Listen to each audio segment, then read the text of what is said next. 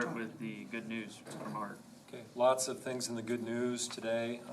They're in your agenda, so I'll do a really quick drive-by, and maybe Ray can scroll through as we go too. National World Read Aloud Day was kind of a neat event. A lot of guest readers were in at Emerson Elementary that day. Then you have some information there about show choir contest at Norwalk. And you'll see some of this is a little dated. So much happens in 2 weeks. We just had this past weekend our Show Jazz Encounter too, very successful event here locally. There's some boys district swimming results from Marshalltown in there. Since then, our boys swim team went to state, did very well, finished 12th if I remember correctly, set some school records. We have a kind of neat fundraiser that was done for the Oskaloosa coach. Ryan Parker, who had a kidney transplant. Several of our boys basketball players organized this fundraiser for him and presented money to his family at halftime of that game. That was a neat thing. Academic decathlon team also went to state. Indianola wrestling. We're going to the state team duels at the time this was printed after a big win over Johnson, 62-9. They did go to team duels on Wednesday, and then we had six wrestlers also at the state wrestling tournament this past weekend, and I ended up with a 2nd place and a 5th place out of that. We have several students singing the national anthem at different events, and I'll get a full list in. We had 2 at wrestling, and at other upcoming events we have students singing the national anthem. You have Little Hawkeye Conference Honor Band in here. The boys basketball team plays tonight, their opening postseason game. They were rated 10th at the time this was printed. And we had a career fair at the middle school. We had speakers come into 4th grade in Emerson and talk about conservation. We had middle school at regional math counts, and a bunch of middle school students honored as Pride Plus students. A 5th grade event there for Valentine's Day, where they were figuring out catapulting. And then very nice, this does not happen every year, but Heather Wilmot is a National Merit Scholarship finalist. That competition begins with approximately 1.6 million students, and it's down to 15,000 now nationwide. And she is assured of some scholarship money and is still in the running for that. And then we have the honor choir at ISU there as well. So, there you have 16 different things just in the span of a couple of weeks, and there has been more since. So we've had just a highly successful winter activity season also, and we'll highlight some of those things in our spring messenger that will be coming out in a few weeks. Thanks, Art. Moving on to the consent agenda, board packet.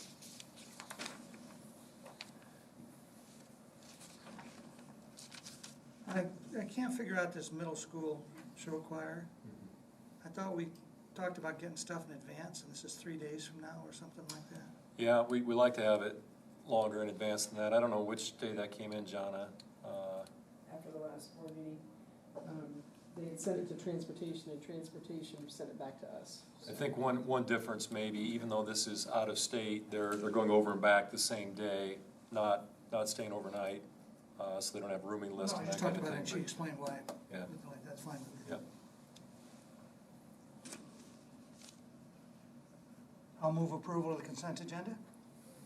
Made by Ken, I'll second that. seconded by Carolyn. All those in favor say aye. Aye. Any further discussion by the board? That was out of order, but Okay. anyway, moving on here. Do we have any delegations tonight?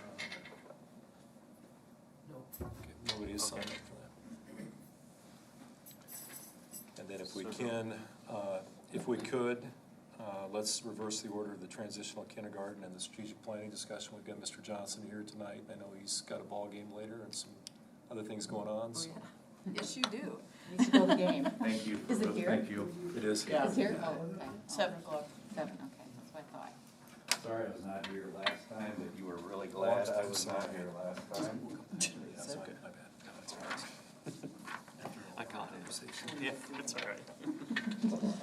I know it's a lot. Thank you. Let's get to that. The letter that I'm passing out is gonna give you a little background on the history of our transitional kindergarten. 5 years ago,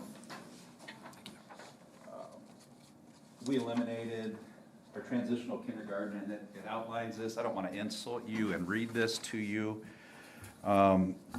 There's several key points in the paragraph on why we eliminated it. There was a lot of legislation.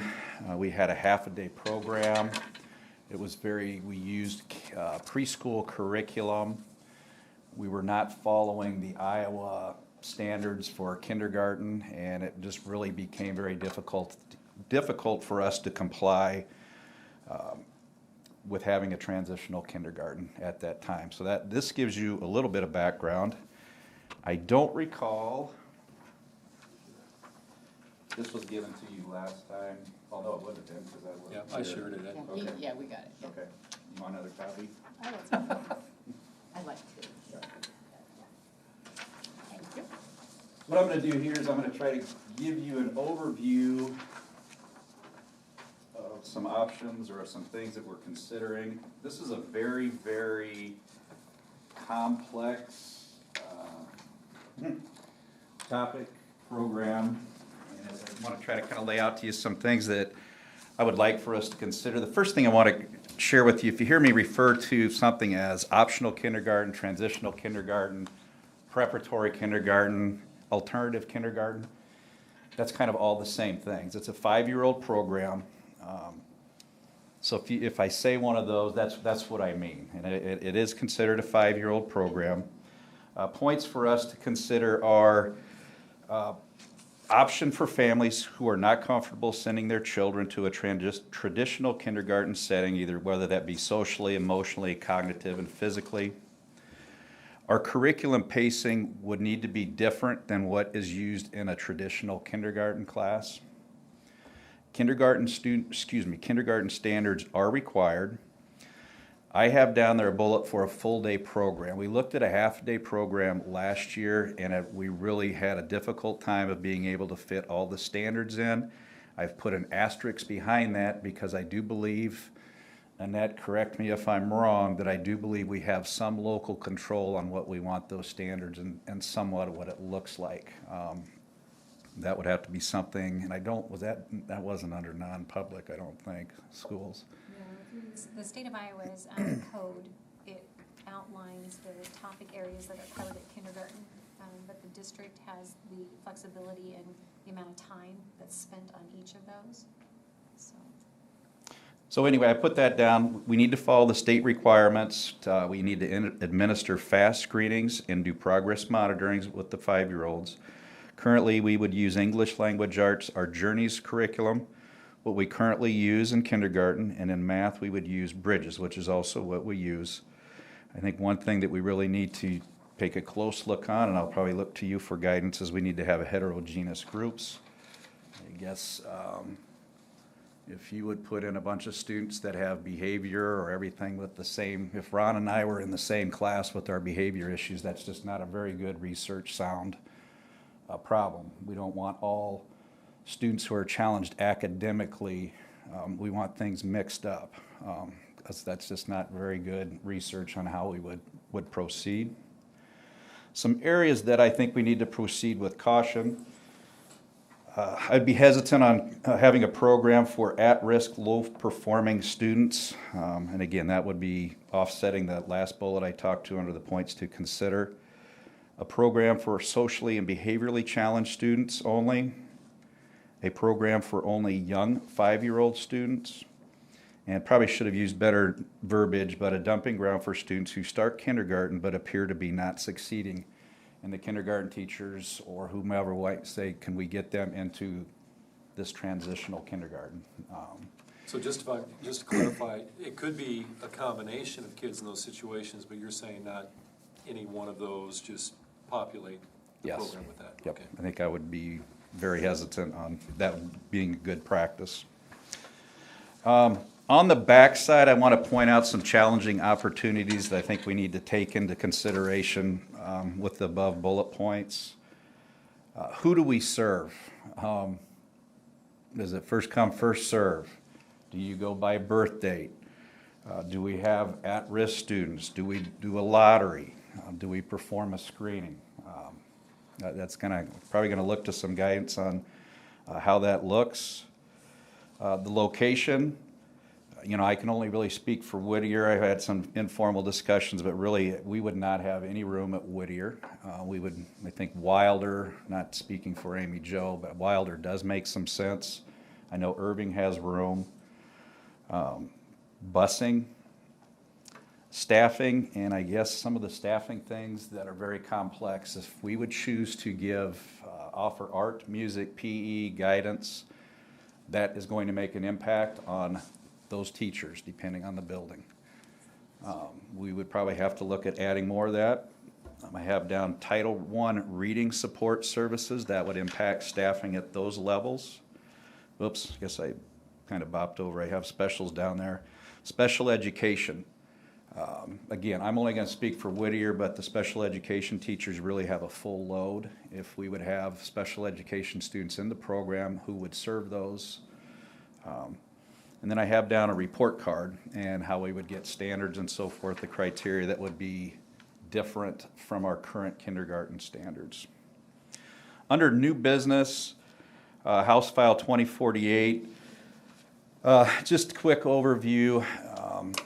So you could be in 5-year-old in March and you would still be able to attend preschool if this would go into effect, but it would not go into effect, I think, for 1 year. So that is going to probably pose a few questions. I probably talked with Kim briefly. That could take up more of our preschool spots, and it would allow students to take 2 years of preschool depending on when their birthday fell. So that's kind of one thing that's out there that's not being taken into, it's not implemented yet, but might be something that we want to keep on the burner there. So you're thinking like the July's, August birthdays, September? They wouldn't be impacted really. I mean, those are young. Well, yeah, they would. Those would be super young kids going into preschool or kindergarten. I mean, you know what Yes. I mean? So potentially a parent could choose a second year of preschool as opposed to something like a transitional kindergarten program if we had it. Correct. Is that, okay. So we used to have I taught a 5-year-old preschool, just an Indianola preschool for 3 years. Can the schools not do that? Can we not call it 5-year-old preschool as that's not an option? It's kindergarten. Yeah. It falls under everything that the state has in place for kindergarten. So essentially, if a child would attend a similar type program from the past, then they would be considered retained from kindergarten to repeat through that again. So- So it's considered kindergarten for 2 years. So you're saying, so like, say they go through kindergarten or preschool, and at the end of that preschool, the parents and the teachers can do, I mean, they do conferences, so they can say, you know, maybe transitional would be better than going right into kindergarten? So it's gonna be a teacher and a parent discussion to make that move, or is it? If this was in place in Indianola. Right. Well, I think that's the part when Ed and I were speaking about this, is that we need a lot of clarity from the board in terms of almost what is the issue that is trying to be solved.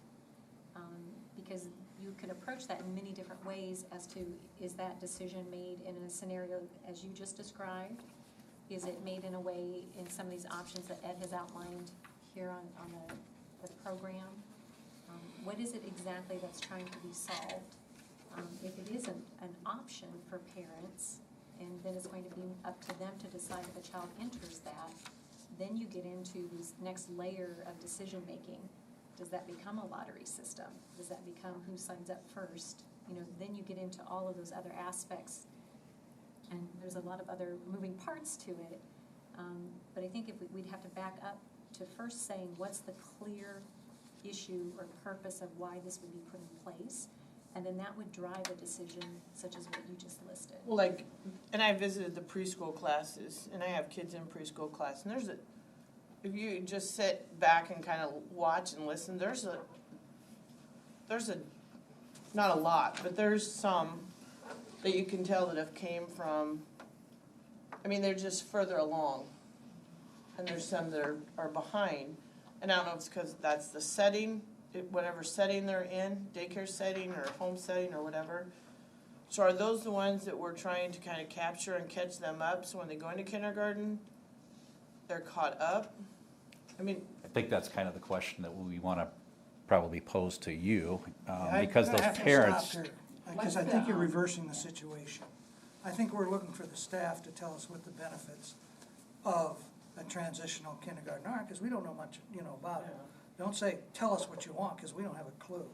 Those What do you see coming out of it, or being the goals of a transitional? I don't know how we can accommodate a transitional kindergarten within kind of the guidelines that the state provides us. It would be very tricky, especially to accommodate. Number one, we don't know the number of students that would be interested in that. I think that becomes very complex. So that's So, in a perfect world. I mean, you want to get the students that are socially challenged but might do well academically. You would want to have a handful of kids that might be academically very good, but socially, behaviors and all that. I mean, have we ever had transitional kindergarten? We did and we didn't? Is that what Yes, we're? we did. We had a half-day transitional kindergarten program that, as it started talking, that went away in 2015 after some guidance from the Iowa Department of Education, which made clear that we couldn't meet the expectations in a half a day in terms of what we were doing with the curriculum and the time we had. So how many did we have in that? It was this letter that you have from 2015, I think was sent to 30 to 35 36. families. Was it 36? Okay. and that was a half-day program. But we really couldn't do a half day. We need to have the full entire day in order to meet the standards of the state. Yeah, we couldn't follow the Department of Ed's guidance in half a day. And my intent in asking for clarity was because my understanding was that this was being driven from the board's interest based on some conversation with teachers. And if there was more information to that we weren't aware of, that would be helpful in knowing. I guess in my conversations then with the teachers would be that some of them have expressed that some of the students struggle. I guess not all the students are on the same learning pace. Right. And hopefully by having something like this, that would catch them up by the time they get to some maybe second and third grade, so that way they're not always behind. And I don't know if there's research that proves that, or I think to push back a little bit, Rob, and I don't mean to be rude, but every grade level we have that span of kids where, fourth graders, we have a child here, academically, behaviorally. The other trick that we've had is that we've asked, when there was a transitional kindergarten, there were parents that would choose not to go back to the transitional kindergarten, which would become very frustrating to the teachers. I mean, there's good and bad with it all. There's a lot of challenging questions that moving forward we need to go to work on. Because they would do transitional then regular. Yes. So you're basically doing a 13-year. Yes. school I don't path. think they have to, Carolyn. No, but if someone, if that just kick-started them, so to speak, or they matured a lot, they're ready for first grade, they could. They could skip. Yep. But potentially, depending on what the issues were, Right. it's just 2 years of kindergarten.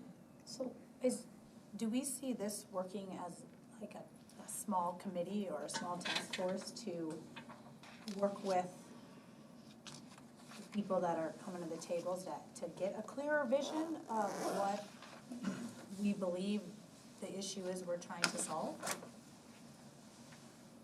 You have a group you've met with, I think, Ed. Yes, we've had a small group. We had a preschool teacher, some kindergarten representation, Kim over here. And these are kind of basically some of the findings, and then some of the obstacles or the challenging opportunities or the things that are very difficult to figure out. So the legislature, because I just know of an incident just at conference this week where a father was in a conference and he has a daughter who will be 5 September 9th. And he was planning on sending her purple and gold, but the teacher said she can't come to purple and gold because she doesn't meet the age guidelines. So he said, well, she hasn't been to preschool yet, you know, and he thought he was sitting in a preschool. So there's a communication issue with lots of people in the community. I don't know lots, but there are some. This is, you know, a parent at least attended a conference, so they at least know are there. So people are not aware, number one, that there are some people that aren't aware, which I get, people don't read their mail. I'm not, this is the district's fault. I'm not saying that at all. I'm just saying people don't read their mail. So you have people like this little girl who probably aren't ready to go to kindergarten, but they're gonna show up and then have, you know, so we have those issues of just a communication problem with people not understanding that they have this preschool option. Then I also know there are people that signed up for preschool for Purple and Gold that wanted it because it's free, correct? Yes. Yes, okay, so then they, you know, fortunately, the people that I know could afford to go to Indianola preschool and pay it, but there are all kinds of people that can't, so we have a socioeconomic issue going on some of this, that these kids are not getting any kind of education before they come to school at all. We also house Head Start, which is Right. through Drake Right, University. no, I know, Yeah. yeah. Well, and you see some of them, like you have, we have a couple that they're going to the Christian Academy for Victory, and then they come over and go to Indianola Purple and Gold, so they're getting, because they're, you know, I like my daughter, she didn't turn 5 until August 20th, and I sent her because I felt she was right, but you know, you have some people, you're falling on that September birthday, and you're like, do I send them? No, I don't send them. So how Yeah. many? Have you guys But I reached mean, out to any you see a lot of parents that. at all to Yeah. find out It's the kind of interest? difficult, Rob. I mean, we could send out, we don't ask at conferences because we don't have a TK program currently. To ask about a transition, would they be interested in Yeah. it? Yeah. Not really, not formally. Okay. And I think something else we discussed was maybe like the classroom sizes at the lower levels, the Yeah. kindergarten, to help maybe But reduce the number in those classrooms, that maybe this would benefit. Building, because I know Irving's just getting another, and they're gonna have 25. Yeah, Yeah. It's too I many. think we're at 25. Yeah. Emerson and Laura Ingalls Wilder are a little lower. Emerson is in the low 20s right now, and Laura Ingalls Wilder, we have one, because of class size reduction dollars, that we have to keep at 17. And that's one where we added a section just a couple of years ago. So right now, Laura Ingalls Wilder is the upper teens, Emerson is lower 20s, and Whittier and Irving are right at that 25, which is, you know, our. That's a lot. So, You know, and I think Mrs. Clancy's posed a question to me before too. If class size is the main thing, do we get the benefit we need from adding another section of kindergarten versus transitional kindergarten program, which, you know, we do add sections as we go along. This was a relatively small kindergarten class this year, and class sizes are still larger than I would like. We have a record size preschool class this year of 160, so we could have a Big very kindergarten good class sized next year. kindergarten. I met with one of my principals this afternoon and made that comment, that we could be adding a section of kindergarten So- regardless of what happens here. So we have 4 sections of preschool, right? Am I right? Is that 9, Because it's half day. half day. half day? So, well, yeah, okay. So is there an associate in each one of those? Because those are pretty good class sizes, right? Correct? Yes, I yep. mean, they're, There's a full-time, well, they can't be more than 20. Right. correct? but there's somebody in there all the time with that teacher. It's like one person for every 10 kids, right? For Yeah. 5-year-olds, right, yeah, okay, that's what I thought. I didn't think that had changed, but. So, what's when you, in the spring, do you just have 2 days that you observe the kids? Is that what it is, the testing and observation? we do that in the fall, right before Oh, school. you're doing it in the fall Yeah. now. See, now, I thought Emerson did theirs the first 2 days of school. Yeah. Because my kindergartner didn't know who their teacher was till after the second Right. day of school. So what are you looking for from the board then, I guess? Well, I think I just wanted to give you an overview. Okay.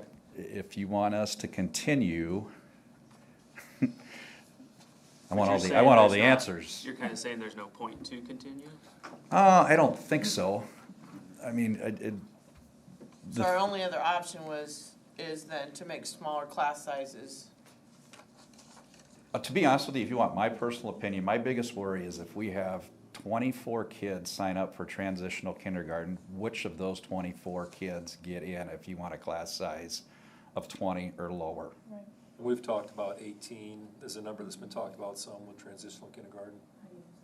I also I know, think, but- we were talking about class sizes, I mean, depending on if you keep having it, effectively, you're going to, depending on the kids every year, you might have really big, you'll have 6-year-olds with 5-year-olds, and it's just, it would make it harder, I think, with class sizes, because I don't know that there'd be a consistent I don't level that think would there- want to do the right. transitional, and then you might have, It makes me Well, quite yeah. nervous, even though Art has told me I shouldn't be too nervous about it, because, okay, will you please give us a transitional kindergarten room? 5 people sign up for that.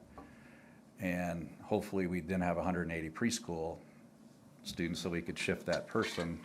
It's just so unpredictable when they're first coming into school. So, Ed, if we didn't do transitional preschool, and that, because that sounds like it's gonna be tough to do, to try to do that. What if we made our kindergarten classroom sizes smaller and add another teacher?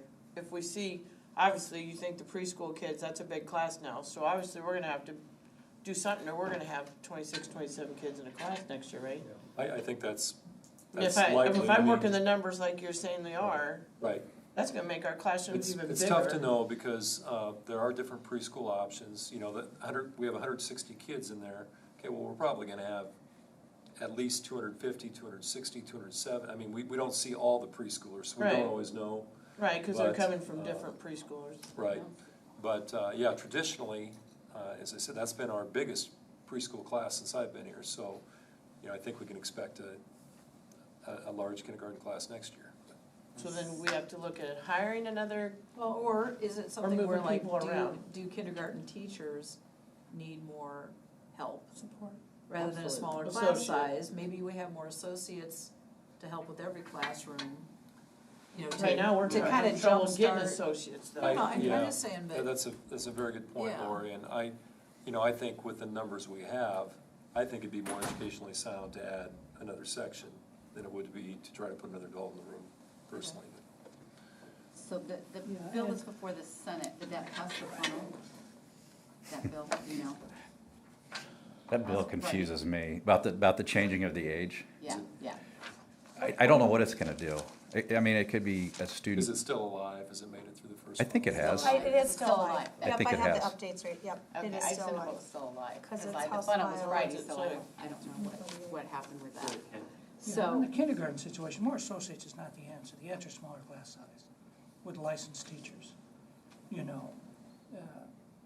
First of all, the first thing is no schoolrooms ever really increased. Since we started building them, I don't know what year it was, they're really not much bigger. So if you just put more kids in there and then put more adults in there, you're getting less room in this room to be able to do anything and have stations and everything. I'm not a big fan of throwing more associates at it, which we can't find anywhere. So certified teachers with a smaller number of students. I think that's what most of the teachers, that I talk to would think is a better way to handle it.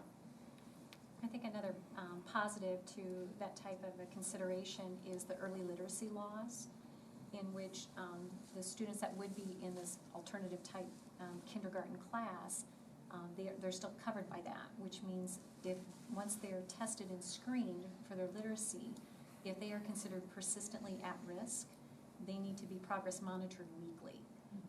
There's a whole other layer of intervention support that's taking place with literacy, and if by chance you would have a group of students that aren't as developed or further along with their skills, and they were placed in one room, that's a whole other different logistical place of getting them tested and monitored and taught with the level of intervention that they would need.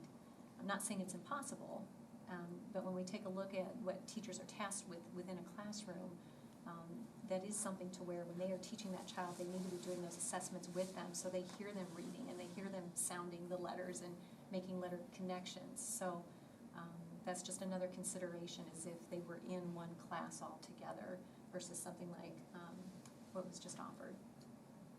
I guess when I was kind of making my comment, I was thinking of more, not an associate, but like a floating teacher that specializes at that age to maybe help out and kind of, I don't know.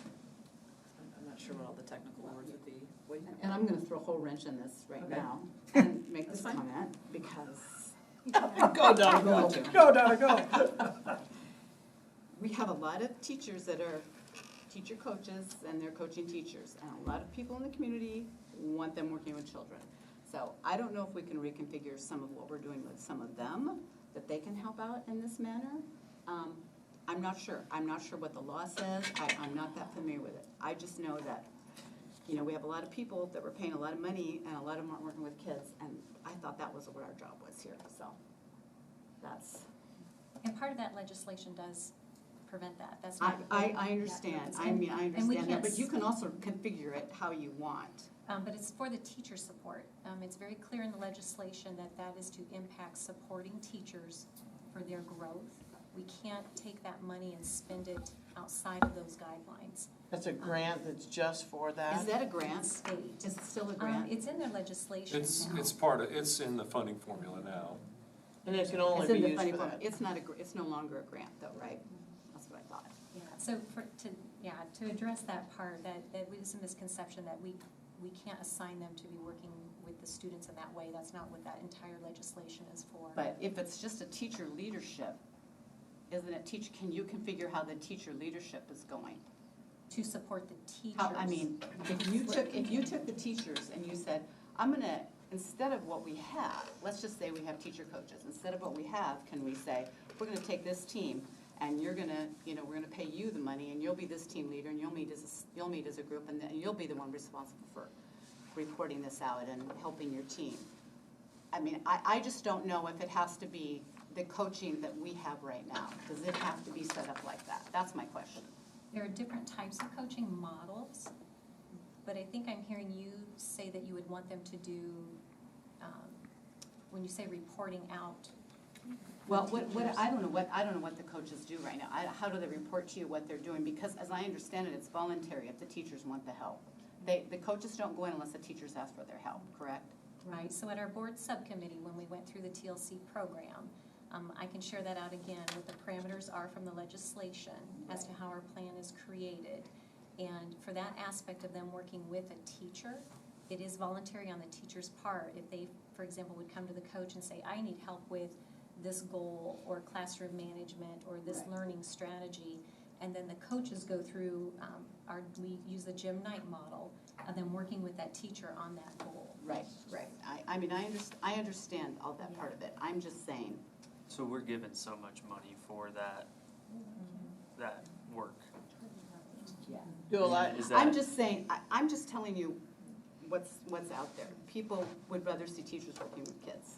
That's all I'm telling them. Do those teachers, those instructional coaches, then do they also teach? Can some of their duties be teaching?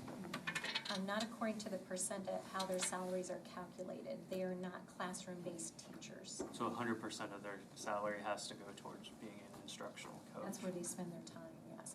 Can you supplement some of that salary from another funnel of teaching, like money going towards Or whatever their FTE wasn't paid out of that, if it was teaching-based.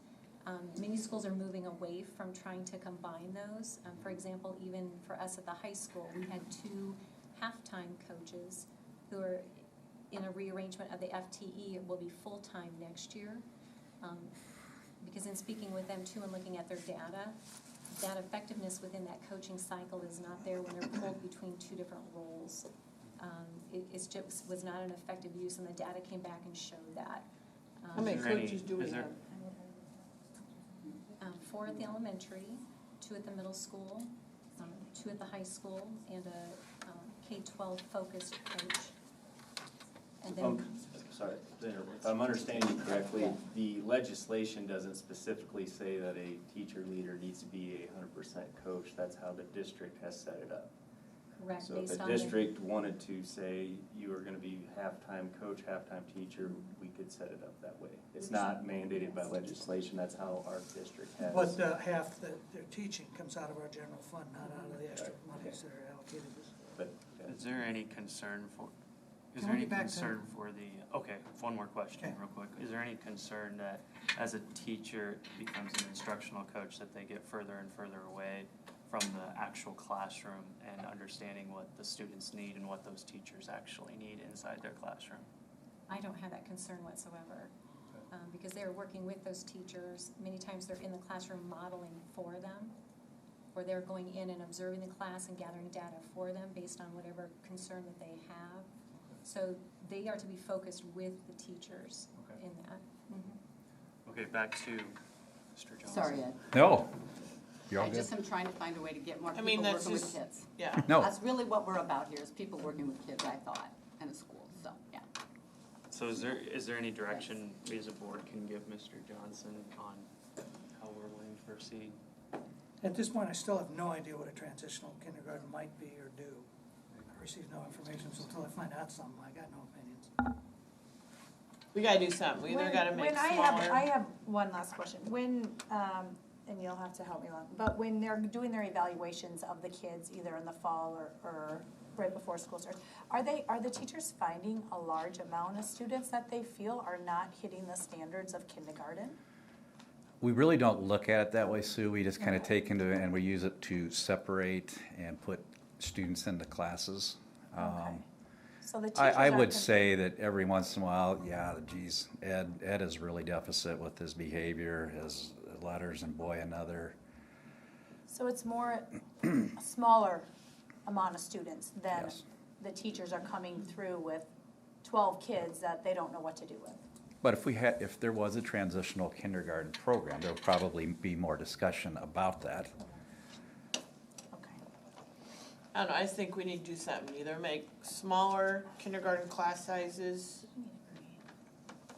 or I guess that something. was my concern as a board member, was just to, listening to parents, listening to teachers in our district, these are concerns they brought up, and that's, I feel like our job as the board is to give a vision, but the administrators, you guys have to figure out how to actually go about doing that and what's needed, and present to us so we can make the recommendation, I guess. This says, I went to That's every how I feel. kindergarten teacher in the district, and I just said, in a perfect world,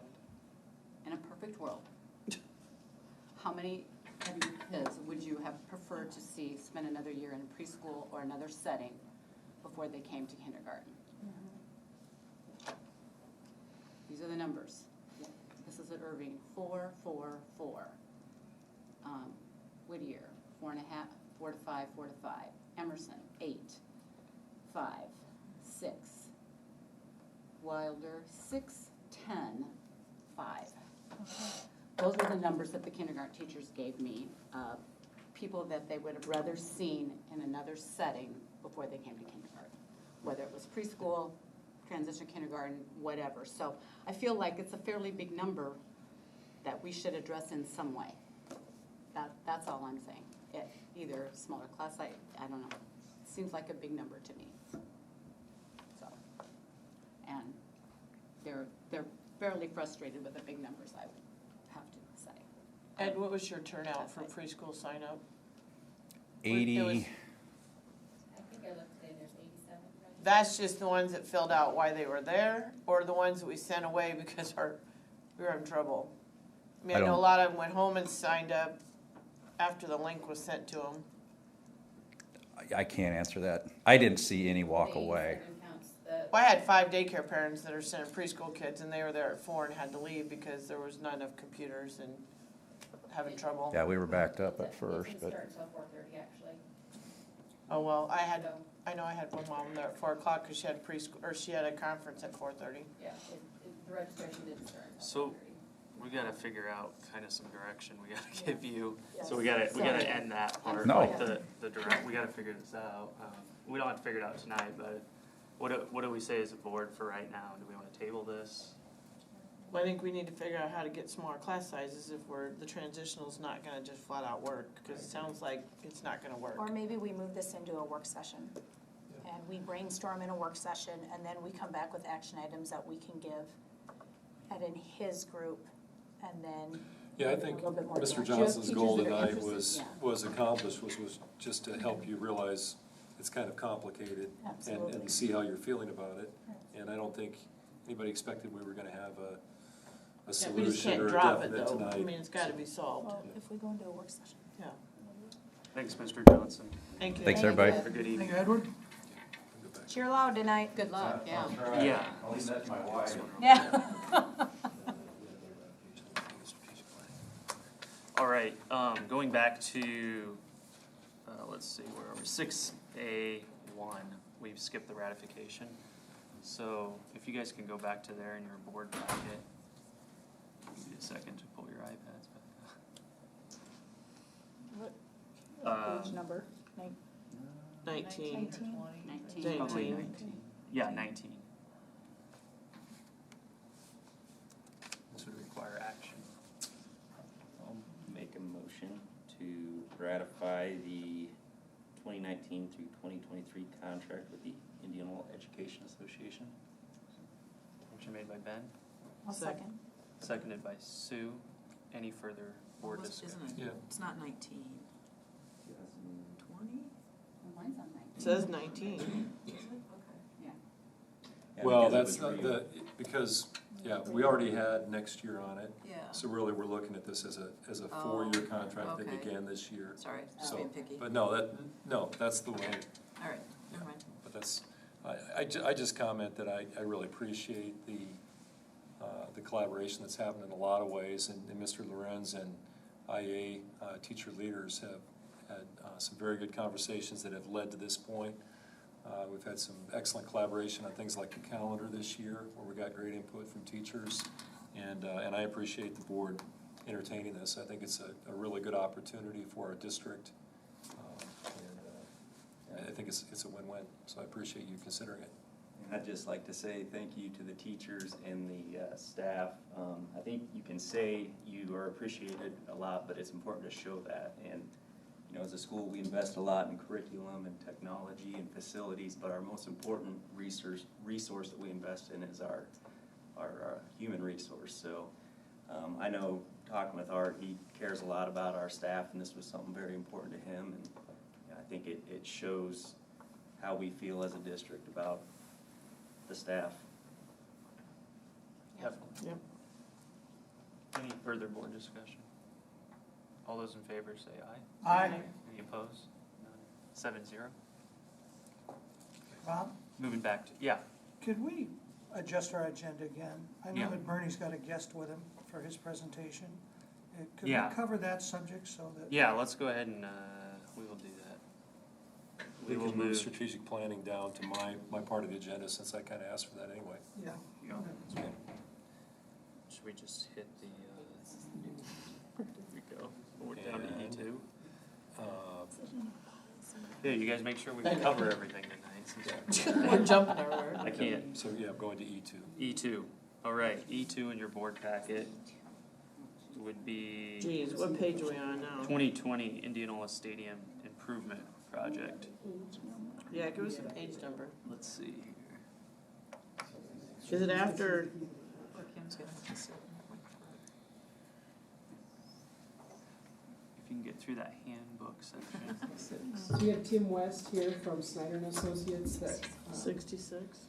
will share information about the process and all the work that you've done to this point. Yeah, so you may recall, some of you, back in 2009, the stadium was constructed with a synthetic turf and an all-weather track with new surfacing. Those products have a lifespan to them, and they're coming to the end of their lifespan now. So we've been helping the district in understanding what we would want to do to upgrade and replace those products over at the stadium, and we've got that before you here this evening. If you want to go to the next slide there. This kind of shows a brief overview of what the improvements are planned to be at the stadium. We're looking at replacing all of the track surfacing, which includes the D areas, which are on the north and south side of the track, all of the overrun areas, and any sort of chutes or places that are already covered by synthetic turf with or synthetic track with a similar product that you have now. It's a polyurethane rubber mixed kind of product. Here you go. Pass that around.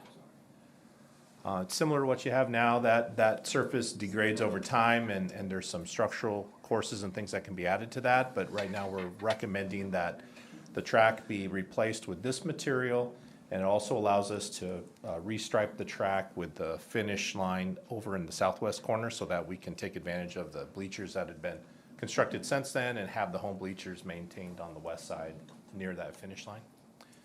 The other major improvement is the replacement of the synthetic turf. There are a number of products out there. We've recommended that we stick with the same manufacturer that we had before. This is Field Turf. This is a product that has two different types of fiber systems that are associated with that sample going around. One is a slit film, which is a thicker type of blade, which kind of splits out and starts to encapsulate some of the infill so that it doesn't have as much of a spray out, combined with a monofilament, which is the more rigid upright fiber system, so that it has more durability and less contact with the cleats. So it's kind of the best of both worlds. That's the direction that the industry is going, where everyone is offering a blend to increase durability of the turf, as well as maintain the encapsulation of the infill so that there's more of that cushioned impact zone so that there's less injuries if there are any impacts that are associated with the turf. You also see on the side there, on the west side, we're putting in some improvements for 2 new yard hydrants so that there can be some added water service along the home boundary or the home side of the bleachers. If you want to go to the next slide there. So this consists of a multi-step construction phase, which we're targeting for this summer. We would be removing the track surfacing with a skid steer or a light equipment that would pull that up and it would be disposed. We would also be taking a look at removing the synthetic turf. It'd be rolled up into rolls and most of it discarded. We are also looking at repairing any parts of the granular base that may have settled or have caused some washout. We do have one area that's next to a manhole that we think has a little bit of a sinkhole. We're going to recompact that, fill it with rock, replace the pavement underneath that area, and then replace the field goals. The field goals are going to be 40-foot tall, but they will be non-adjustable. They'll have an integrity to them that's assigned to high school sports only. The previous ones were adjustable to make up for college or high school based on some programming back 10 years ago, but we feel those aren't as necessary now due to Simpson having their new facilities and replacements similar to what we're planning to do here. I have a question. The stuff underneath the turf, I call it tire stuff because well, that's what I call it. You know, so we're not going to have to replace all that, but some of it. That's correct. It's a mix of rubber and sand. The benefit of sticking with the same manufacturer is they have a 3-layer infill system, which is proprietary. The good news of that is now that we've gotten to the point where the turf has run its course, we can recycle that material. So about 75% of that rubber sand mix can be pulled out of that turf and respread over the new turf, and then covered over about a quarter of it with new rubber over the top. These aren't ground up tires, these are virgin rubber. Yeah, I would call them. Ground up. Yeah, and that's a question commonly used. Some brands do have that, where you have the tires and the other things that go with it. This is cryogenically frozen and then broken into pieces. So we're going to be able to recycle 75% of the infill material, which both reduces the costs to the school district and allows us to continue to offset any types of impacts to landfills and things like that, so that we can kind of reuse investment that we've already made back 11, 12 years ago. Let's go to the next slide there. Vertex Prime was the selected turf. That little sample that went around is an example of that. Again, it has the 2 different systems to it. The infill is still the 3-layer system and is mostly recyclable down the road. If you were to replace your turf again, same situation, you'll be able to recycle that infill as well. So it kind of keeps coming back, and the investment in that is going to probably settle out to be about 75% will be reused in the future. This graphic shows the markings that we're proposing with working through the district and the coaching staff. You can see that it indicates purple end zones with yellow and white outlined lettering with the Indianola logo in the middle, and then Indianola and Indians as the lettering. We've included those markings as an alternate bid item so we can get those broken out separately and see how the bids go as to whether we want to select those as investments once the bids are taken. Any questions on that graphic before we leave it? Does that color, will that last just as long as the turf will? Or does Yes. the letters fade, they don't fade? Yep, they have UV protection. They get better and better every year. You're typically wearing out the turf fibers before you're degrading or long before time degrades the UV protection on the fiber systems. Is it another Art, 10 did we have years? our athletic boosters involved in seeing this? Have they seen this? I don't know. No, activities office has Lee and John, along with many coaches, track, football, soccer. But the athletic boosters? No, just the coaches. Coaches. Why wouldn't we want our athletic boosters involved? I have no objection to. I mean, show it to them. Financially? Better hear from them ahead of time than later. No, I mean, they're Oh, the ones just- interested. Oh, yeah. How many, We many definitely years share it is, with our booster how, club. how many years of use can you get out of it? Typically, they're warranted for 8. We're typically exceeding 10. It'll be the 12th year. This year would be the 12th year. If you recall when they replaced Simpson's turf a few years ago, that they had gotten 12 years out of it, and that turf was pretty shot. It was pretty unsafe, and I don't think we're quite to the point where we're unsafe here, but Okay. it's lived its life, and it's getting to a point where we'd recommend replacement. So how often do we inspect it? Like do you inspect it annually? Yep, Yeah. yearly. Is that what it is? Okay. Because we've had that one sown, right? Every year we've got to have field turf come out and. get Because I was here repairs. one time, they were sowing a area that Those comes, main areas, yeah. kickoff areas, soccer goal areas. Yeah, we've got to always check those. They're re- Hash marks. They're required to test it for impact attenuation 2, which is more or less the ongoing testing to make sure that it's safe for any types of head impacts and things that would occur on those surfaces. Let me go to the next slide there. So our schedule as of right now is we're proposing a March 17th bid date. We would release these plans out to bidders tomorrow and start to take a look at March 23rd as a potential date for you to consider those bids and make some decisions on whether you want to award the project.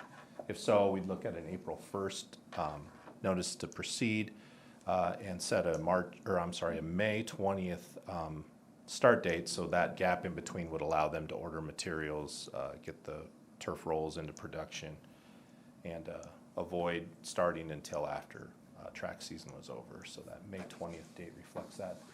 And then we would want that turf completed and the field upgraded by August 1st so that we can gear up for football camps, things like that would occur for fall sports. Is soccer done by May 20th? Yeah, we talked with coaching staff about that date. State tracks a week before, so we'd be in good shape there, so. Did you talk to Tristan Grover, track club? Yes, They I use talked with Simpson. Tristan. He was gonna follow up with Simpson College and have some conversation with them on utilizing that. Yeah, the stadium will be off limits the entire summer. And do we have a backup plan just if weather gets in the way and football can't get on it when they? We've been in contact with Simpson. I don't think Simpson will be on campus at this time, early for football camp. Right. Perfect. But we also have green space that we can go to too. We still need to have Emerson. the- I remember those years. Yeah. Emerson. The good news is that the rock is still there, and we're not replacing the rock. We may be improving areas. So as soon as it's done raining, they can go back out and work on it. Whereas, if you're on natural ground, you may have to wait for that to dry out, and if it rains again the next day, it just keeps going. This is a little bit of a different situation where we're pulling up the surface and putting it back down.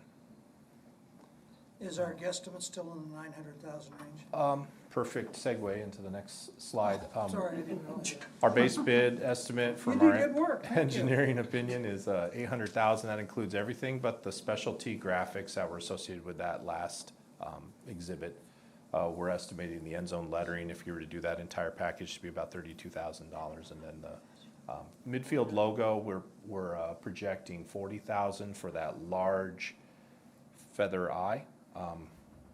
We could probably look at different sizes of that if you're interested as it comes in. We'll wait to see what the pricing looks like, and then we'll come back down and help you make some decisions on that as to which graphic package you'd like to pursue, if any. Can I ask where this fund comes out of? Sales tax. Pebble, Or Pepple, it's sales tax, I think, isn't it? Pebble. That's what I thought I asked you one time, I thought you said It's one or sales the other. tax. It's the same fund usage. for Right. those. Yeah. Couldn't remember. I think you're right, John. That was a quick 5-minute. Is there any other questions or something that I didn't explain quite to your satisfaction? Or- That's good. It's a fun project, hopefully a quick project. It's kind of the next tier of investment, and should get easier as you start to replace these specialty surfaces. We like the finish line in front of our home stand. Yeah, that'll be nice, and it's unfortunately those markings are so good that you have to do something to the track to make sure it doesn't bleed through. So by making the commitment to the new base mat system, you extend the future life of the track as well, and not have to worry about the permanent markings will be in the right spot, so then it should be less. What does that life of that track, what will that be with the new, wherever that went? If you if you get it into a program where you place some maintenance courses, that's what this shows, that's the same black matting. This is just a spray surface course. They call it a structural spray. If you do that about every 7 years, you can get about 20 years out of the full Really? track package. So at that point, you may be looking at replacing the HMA asphalt underneath. You already have 11 to 12 years of life on that, and it should go for another 20, I would think, before we have to really consider full replacement Very cool. of the track. Thank you. Thank you. Thank you very much. I'll move approval of the plans and specifications for the stadium improvements. Motion made by Ken, Second. seconded by Lori. Any further board discussion? All those in favor say aye. Aye. I'll Opposed? move that we set the date and time for the public hearing. Jonna? Or, it's in the. March 23rd. Hold on, she's trying to Caught me get off guard. March 23rd, right. March 20. 5:30. I'll second that. Five, And those are right? quick meetings. We've got that showing at 6:30. So it's typically a quick meeting? Yeah, Yeah. we'll be fine. Yeah. Okay. Okay. Yeah, because that's at 6, right? It's at 6:30, but. 6:30. The board Yep. needs to be Reminded. welcome. All right, motion made by Ken, Second by Carolyn. seconded by Carolyn. Any further board discussion? All those in favor say aye. Oh, so half of us could leave. Aye. Motion carries 7-0. So you tell us what the next thing is on the agenda. Okay. Now where are we It's a going? free-for-all. They're not the same grouping. They're not the grouping. We going back to Kim? So we- Okay, so we'll fly back up to, yeah, oh, shoot. Well, let's get Thank the, you, Very guys. much. let's hit A4 real quick and get that out of the way. Where are we going? 6A4, resolution to support the 2020 census. Sorry, I just What page are we gotta on? have some order here. 22. Thank you, So go all the way you, back. Ben. I You're the appreciate only one that's on it. Ben said 22. 22 or 23. Yeah. You know who that was, right? Well, the thing is on the, Is it harder? Good God, I hate I guess, Who's doing this? since I know what page it is on, I'll make a motion to approve the resolution in support of the 2020 census. I second it. Who's here with the camera? We're back to, We're all lost now. we are at I think that 6. was with him. I think the camera was with that guy. His camera said WOI, but his card didn't. What's WOI? Okay, thank you. WI's Channel 5. Okay, well, I mean, I'd just like to, Or did we just blur Channel so much 5, what did we together? do? That was on the camera. I think he's Okay. coming for Must the have a slow athletic news night. plans. I think he was Oh. coming, and the transitional kids. What did you just vote on? We I got a motion. I made a motion to approve the resolution in resolution support on of the the 2020 census. And I second it. We're on, yeah, 6A4. I don't know what page we're on now, I'm like lost. Ben said 21, no, What is this 23. doing though? I'm sorry, what's the resolution, that we support the census? It is just a recognition of the importance of the census. Yeah. Okay. That's really all it is, and Sure. this is something too that Like, where's the action we're here? cooperatively There doing isn't. with the city, trying to promote, So encourage Moscow, right. participation. Okay. There are dollars that come with an accurate count. No, I'm just saying, I doubt anything happens because we say this, but, okay. We just had a request if we'd like to participate, and, it seems like a pretty low bar to say, sure, we support the census. Okay. So, I'm just trying to make sure so what we're doing. then are we, I will Motion made second by that. Ken, or no, motion made by Ben, I seconded got by a second. Lori. Oh, you did already? Okay. Any further board discussion? No. All those in favor say aye. aye, Motion carries. Now we can go to Kim. are we skipping school Yeah, let's performance? I just wanna let her, cause she's been sitting patiently all evening, so. She's sat many hours. What page is that one on? Oh, here it is. So E1. Page 30. Page 30. So in your packet was just a summary of the changes to the summer and school year handbook for childcare. Very minimal changes, most of them have to do with dates. And there is a note in the summer handbook that if we have another snow day after today, there might be some changes to our summer dates that we're able to offer, so. Right. That's a good question. Yeah. I We just, I just noticed in here, under parental access, it said a copy of a court order must be on file with the center if any biological parent is to be denied access to a child. Is there a reason that we can't just say if anyone has a court order against that child? Because if a grandparent was the guardian and has a restraining order or a court order against that, does it have to be a biological parent? Biological parents always have a right to pick up their child unless we have a court order on file. We do have an authorization form, so if a grandparent was going to come to pick up a parent, or pick up a child, they would have to be on that authorization list. So the parents say that, who can pick up the kids, whether grandparent A, B. So we're still covered if a step dad has a court order against that kid to be picked up, then that's honored.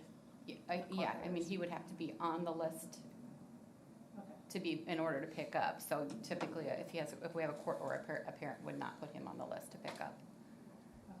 But yes, if we ever would have that situation, we would have that court order on file too. Yeah, this really speaks just to the fact that we can't deny a biological parent, Yes. but we're always gonna follow any Yeah. court order, restraining order, that's the law, we follow it. Kim, I'm just not on that page. What's your cost for daycare in the summer per week? It is $160 for 5 days. We have a 3, 4, and 5 days, so it's $120, $140, and $160. Okay, because I saw in there they had to be potty trained, but do you take kids under 3 or? No, we don't. I know. It's the summer before, they can come the summer before kindergarten, or we do have the 4-year-old program. Right. But we've had some people that have tried to bring kids that aren't potty trained, so I did add that this year. Well, I saw that and I So- started chuckling, but, yeah. Yeah, it's typically a given, but it's now officially in the handbook, so that. That I rate just didn't know if you still- changed the, I just didn't, yeah, I didn't read it. Is that rate detailed. still the going rate, Kim? Yeah, it's, And then And I need to up my rates.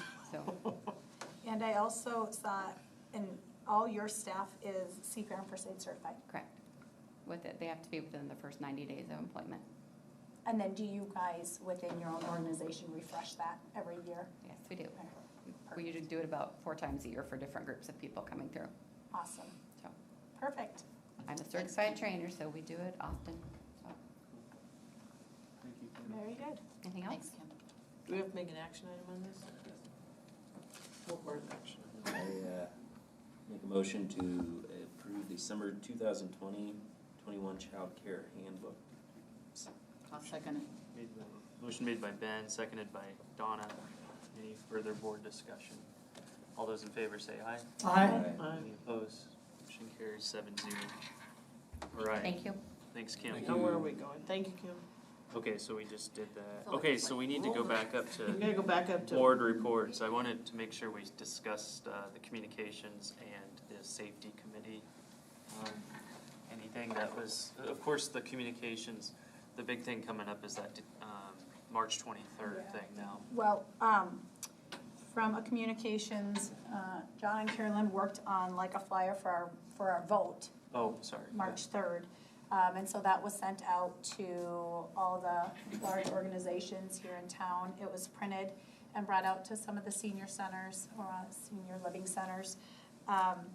And you can vote early. Right. I'm so proud of myself. I went and voted early. And So did I. yeah, I see? went today, There you go. Oh, really? number 14. I was in there doing I had a meeting last Tuesday. Oh, I had a meeting last Tuesday and I went, so. Anyways, and so I think we've hit all the major ones. It was in the, big social media blast that Ryan Waller for the city puts out. And it had the flyer that was put together, and the Y has it and the chamber has it, and so. And then under the same, I just sent out an email to kind of the same big organizations also. That included the trailer to our event on March 23rd, what the movie is all about. And then the trailer was in there too, so that's also been blasted on a lot of the local city pages and like. Will we refresh that when it gets closer? Kinda like. Well, and they have it coming out, and like we have it in the Indianola Leader that sits on all the tables, and that'll be out, between that and the March 3rd one's gonna be out this week in the Indianola Leader. And then Michelle's awesome, she'll just play the accordion. I just know to how that. you tell somebody now and March 23rd comes along, Yeah. and that's after spring break, so people's brains are gonna be. Well, we got it on in time for a lot of them to put on their March calendars that they publish out to On the everyone. Pearl situation, have we sent something, email from the district, something to every parent? Because we can send what the information is, we can't tell them how to vote. It's in the digital backpack.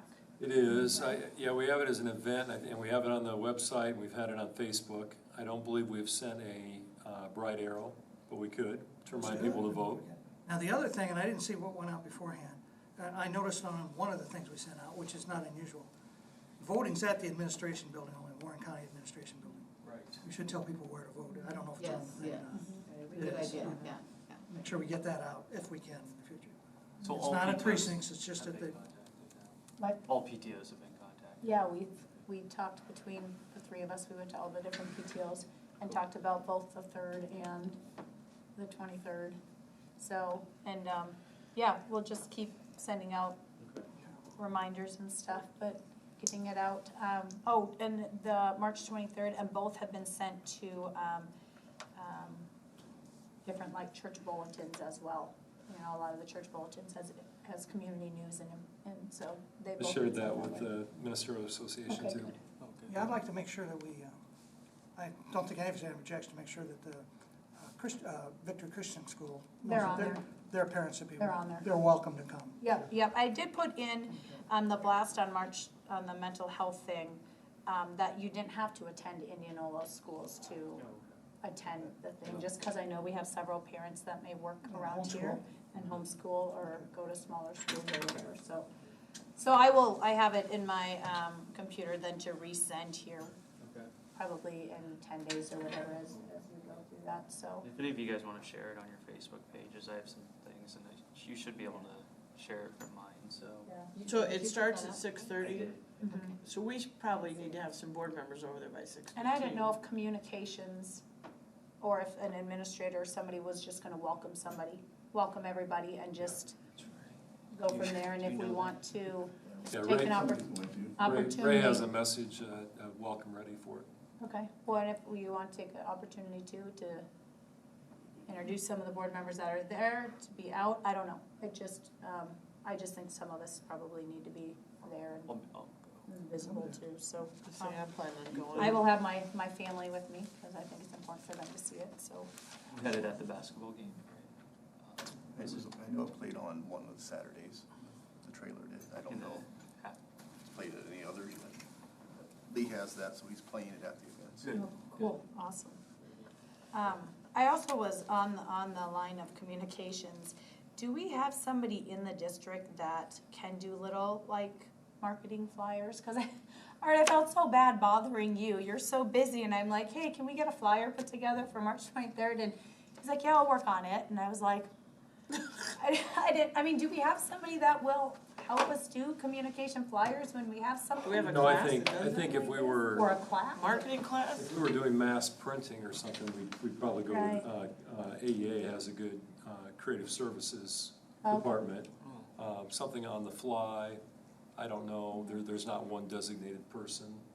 Do we have a class that does that? Might be a good little project. There's a marketing class, I believe, yeah. And this is the type of thing you can, one job hire, it's worth it to hire Right. a professional outside to do it, what they cost, because you don't have to keep them on your payroll, you get the one thing done good. And all that. But it sounds like AEA is something off what you said. So that's kind of where we are with that. Also, just a little, the junior achievement. Rob and I met with Colin Lane, who runs like the junior achievement, which is classroom programs that people can come into the schools, and it usually really talks about like financial readiness, and it's from kindergarten through 12th grade. And it's just, pertains to the level that they can, that the kids can understand. And so like the kindergarten through 3rd, you have a volunteer that kind of takes the curriculum into the classroom, and it's a fun little 40-minute interactive things that they're already doing, but teaching them more financial awareness. And 3 of the teachers from Emerson had signed up through this program to have this taught in their class. And so I'm gonna be one of the volunteers that go into one of the classes and help this kind of come to fruition. We used to do it all the time. Yeah.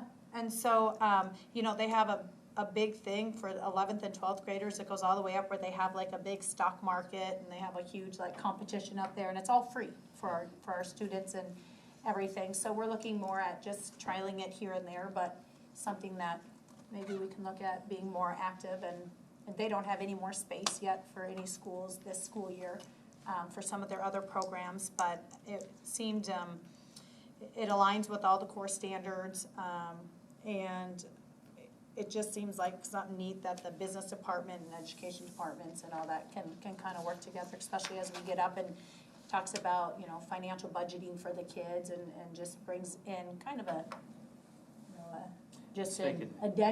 added section to what our teachers already.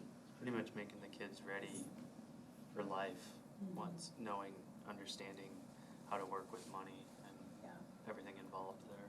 So That's important. And so we're kind of starting it over at the Emerson level, but any teacher can go online and request for them to come in. Well, they used to do it all the time. Yeah. We used to have them all the time. Yeah, so something that hopefully we can get back to doing, and then. Colin said that usually there's a request from it for teachers, and then there's not enough volunteers, or there's volunteers and then there's no request from teachers. So I sent an email over to Simpson College, and there's a couple there's an instructor and then somebody involved with community relations over there that was looking to see if they could use that as some of their volunteer hours, where some of the students may be able to work and go and teach. Teacher ed students could be. Yeah, and that's what Education students yeah. would be great. Yeah, experience exactly. for me. So we'll continue to kind of work that. Another on the mental health aspect and the wellness, we had another meeting, and the team, 2 things that they discussed was wellness lounges for teachers, where there may be more of a wellness feel to the teachers' lounge instead of just maybe a place for them to eat and leave. So different brainstormings they did on that, as far as how you can arrange the rooms to be a little bit more welcoming and a little bit more of like a downtime or kind of a mental break for them. And also looking at the dress smart kind of protocol, dress for the day you're gonna have. So looking at those kind of things that discussed at the last one, with still their goal really working hard towards a resource guide for our teachers and staff to start out with. And hoping to be able to take resource guides into more of the students, and one for the students, one for the parents.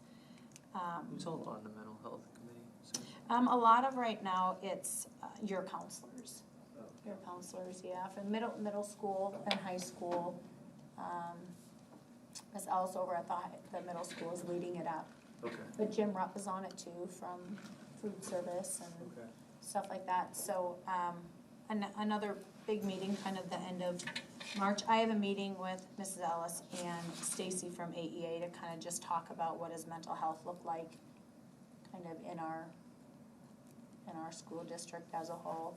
I know that I had a lot of really good feedback from some of the people, some of the administrators that attended the mental health first aid training, and wondering what that would look like to be able to provide that to our teachers as well, just with them being in the classroom all the time and hearing the comments and seeing the kids' demeanor and all that stuff. So something that we're gonna talk about. And one last thing on my thing is I'm going up to Day on the Hill on Wednesday for school board. There are a lot of legislation going through right now, more on the kids' mental health. There's a big one coming through, House File 690 for support of children's mental health. The really scary one that's going through, and it's about through the House, is Senate File 3158. And it could potentially have the grounds to take SNAP benefits, which is your Supplemental Nutrition Assistance Program, so your food stamps, and Medicaid away from close to 60,000 Iowans. So with the community we live in here in Warren County, that could significantly affect a lot of our families. And so just to keep that on the horizon and watch for that, because if that does go through, it's not gonna be good. But I'm going on Wednesday, Day on the Hill, and Dr. Wise, the Iowa Director of Education, will talk, and then the Iowa School Finance Information Services talk about the education financial issues in the state of Iowa. So I'll be up there for that and be able to more educate you further. But some of that legislation we should be closely watching because it could get scary. So that's my report. You say 60% or 60? 60,000. And it's already through Senate, and we're all lobbying there at the House, and then the House just passed it. So it's, yeah. Ben, do you want to share the safety? Yeah, really quickly, Art, Rob, and me, we met with the department heads of our emergency partners in town, the fire department, sheriff's office, police department, and the Warren County Emergency Management. We had a really good, productive meeting. It was kind of the initial step moving forward, but I think we identified what we want to accomplish with the CPR, stop the bleed training, and perhaps training the staff, and then a mock drill moving in the future. We identified potential training dates and who was going to line up the training, and so it was really a good first step, and I think we've come out of it with some good objectives and the next step in line to move closer to that. So that's my quick summary of that. So are we looking at getting some teachers CPR and first aid certified? Yes. We are, okay. Is it five from each building? That's how we're gonna start at 35, because it's an 8-hour training, and based on the number of people who are available. Although, as Kim stated tonight, there are 2 people in her building who are CPR certified too, so we might be able to go a little bit beyond what we talked about in that meeting. So- And to help, but Kim, do you do 8-hour training then for this? So what we do is a blended course, so they go online and do 3 hours on the computer, and then they have to come in one night and do the hands-on The rest. systems. Yeah. So it's basically a 4-hour training. So when do you guys have your next meeting then? We really didn't establish the next meeting. We kind of assigned responsibilities as Set far dates as and stuff. we have some dates in mind. For instance, the chief of the fire department is going to establish the CPR training. Art's going to reach out and schedule the stop the bleed. So I think we're pretty much there. I mean, it's short of scheduling the dates to get it done, and then of course the actual mock response training is going to take a little bit of planning. You know, the police department is gonna get with building administrators and go over their plans. So I think we left the meeting feeling comfortable with everybody's assignment moving forward. We have our next steps, and everybody around the table too. That was one of our last questions. You know, are you all willing to get back together periodically? And everybody is, so. Good. Thanks, Ben. All right, Annette, finally we got to you in a roundabout way. We're on 6B1, and I think What page are we on now? that's page 24.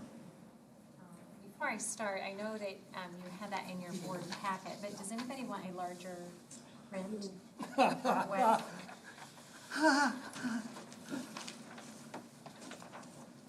Anything else? Since you made them, I'll take one. Yeah, cause it's hard to read.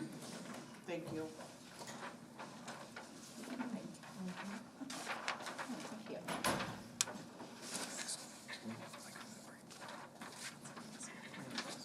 I know. I've shown off with a big paper. Okay. Such a headache, I keep thinking of it.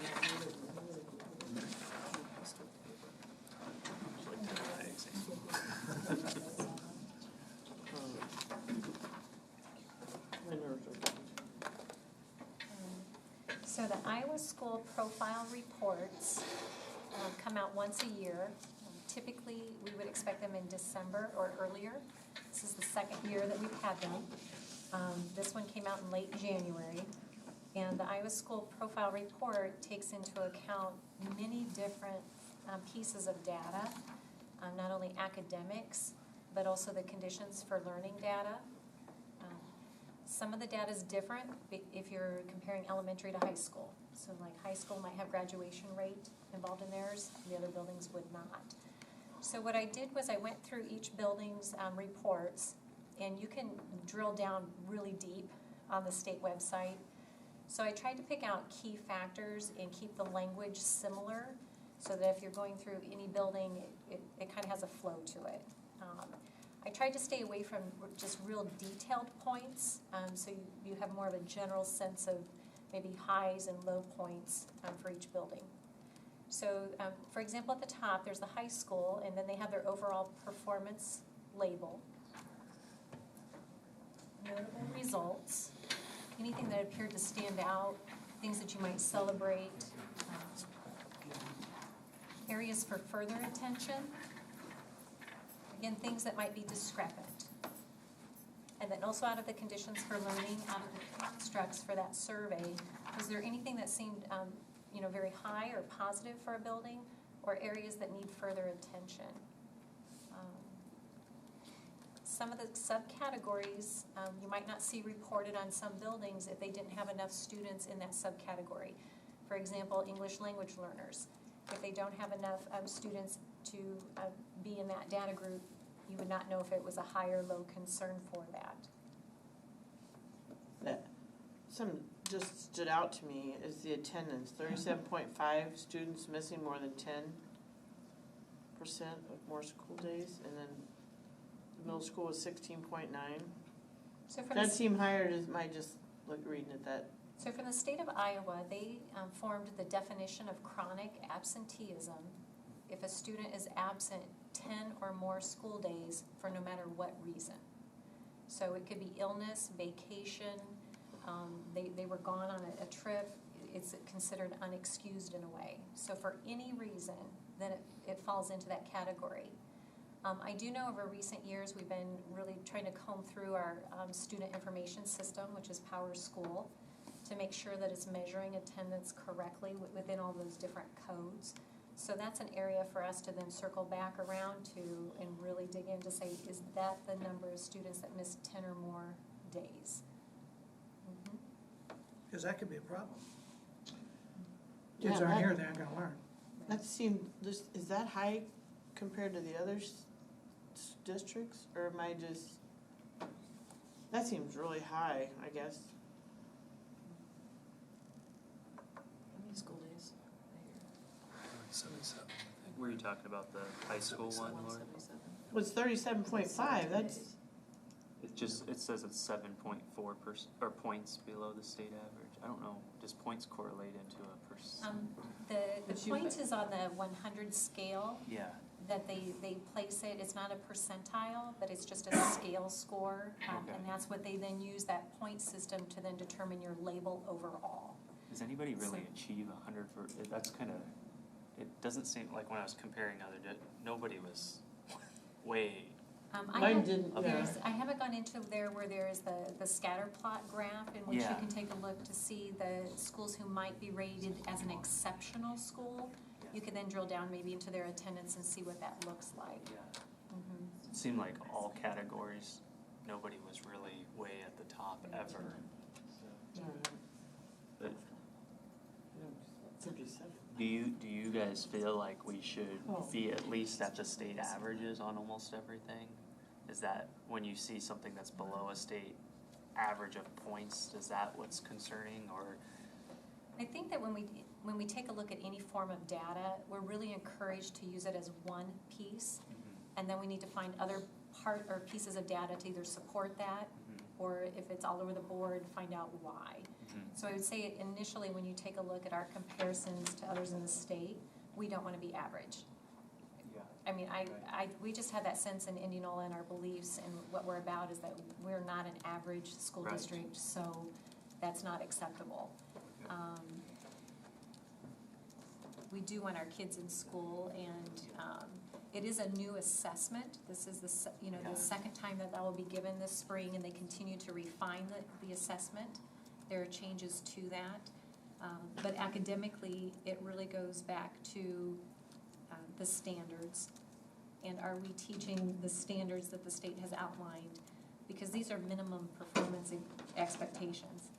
It's the minimum of what you should learn by the end of that grade level for that. And so when we're talking like financial literacy standards that are woven throughout K-12, we have to dig in and say, are we teaching those with rigor and are not just glossing with those?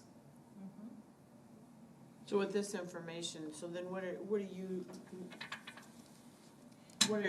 I guess, not what are you doing, but what are your goals? What do you want to accomplish out of this information now that we have? So the state has a system or a process of going through data, and it's called the SAMI, the Self-Assessment of MTSS Implementation, which MTSS really means when you think of that triangle, you have what you do universally, and then how you intensify your instruction and materials and supports to kids as their needs increase. This MTSS process of self-assessing, each building can go through that tool with a team of teachers, and they can analyze their math, their English language arts, and their social, emotional, behavioral areas. They would have to do science in a similar format. It's not included in the tool. But as you drill down through that, it helps you identify those areas and to create an action plan of how you will respond to that. So is this what some of the instructional coaches will be doing?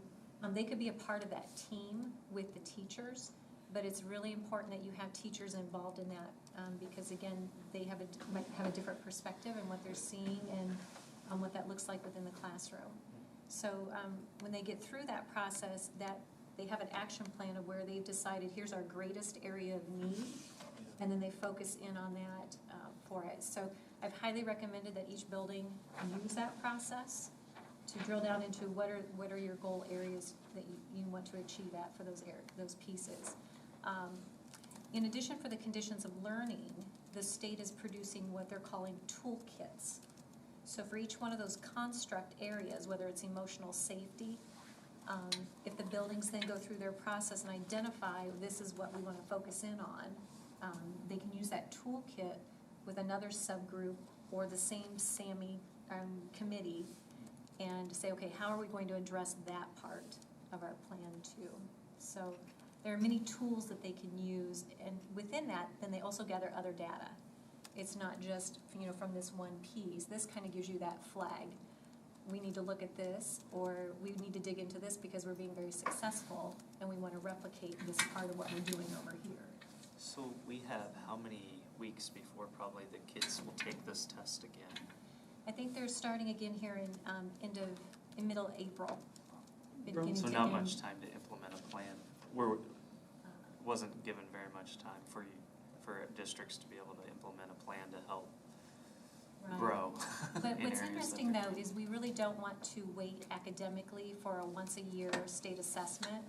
We really want to be using our common assessments within our classrooms, classroom-based tests and quizzes to see if the students are learning what we should be teaching.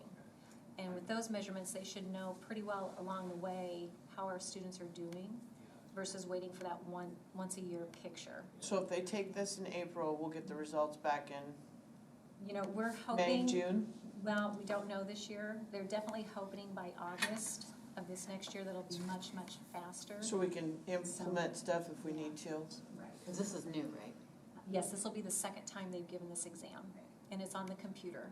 Except, there's a few kids that take a paper version, but How many ELL teachers do we have? we have 2 full-time English language learner teachers now. Is there one at Emerson? What is it? There's one I believe is shared between the middle school and high school, or is Chelsea Cataldo? Chelsea goes to both places. Okay.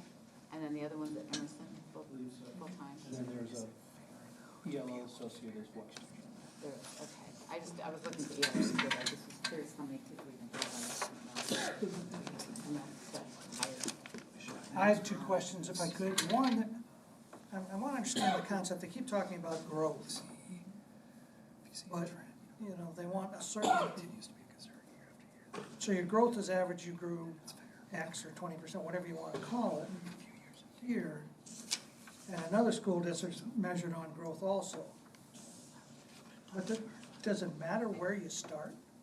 You know, if our kids are further ahead in reading, will their growth be, that, I don't understand. I'm trying to get my head around that a little bit. So typically within these assessments, they are assigning what's called a scale score. And essentially they've picked a range of numbers, you could say 100 to 500, and they would say when you're at this approximation of proficiency, let's say you're at 320. And if you're at 320 at this grade level, by next year we want you to be at 360. So they've assigned these scale scores as an approximation of how much you should grow each year based on where you started. Where you start, okay, good. And some might say, well, if we're at the high end, how can our kids, you know, keep up with that growth? And so statistically, they have that calculated in. So even if, when we used to have a student that, let's say on Iowa assessments was at the 99th percentile and they always got 99, the scale score lets you know, are they still growing and at the rate that's expected? Okay, my second question had to do, and I got it out of Irving over at the end, it's emotional safety and expectation boundaries are below the state average. What kind does that mean? Emotional safety is below the state average in almost every school. Yeah. So emotional safety, some examples of those questions, let me go back up here. In grades 3 through 5, because the test or those survey questions are a little bit different, in grades 3 through 5, they would ask, this school year, how often have you been bullied at school in the ways described below? That could be, I was called names, made fun of, or picked on in a way that hurt my feelings. Other students left me out on purpose or completely ignored me. I was hit, kicked, or pushed by another student, not in a playful way. Other students told lies about me and tried to make others dislike me. I got a scary or hurtful message from another student on a phone, computer, or iPad.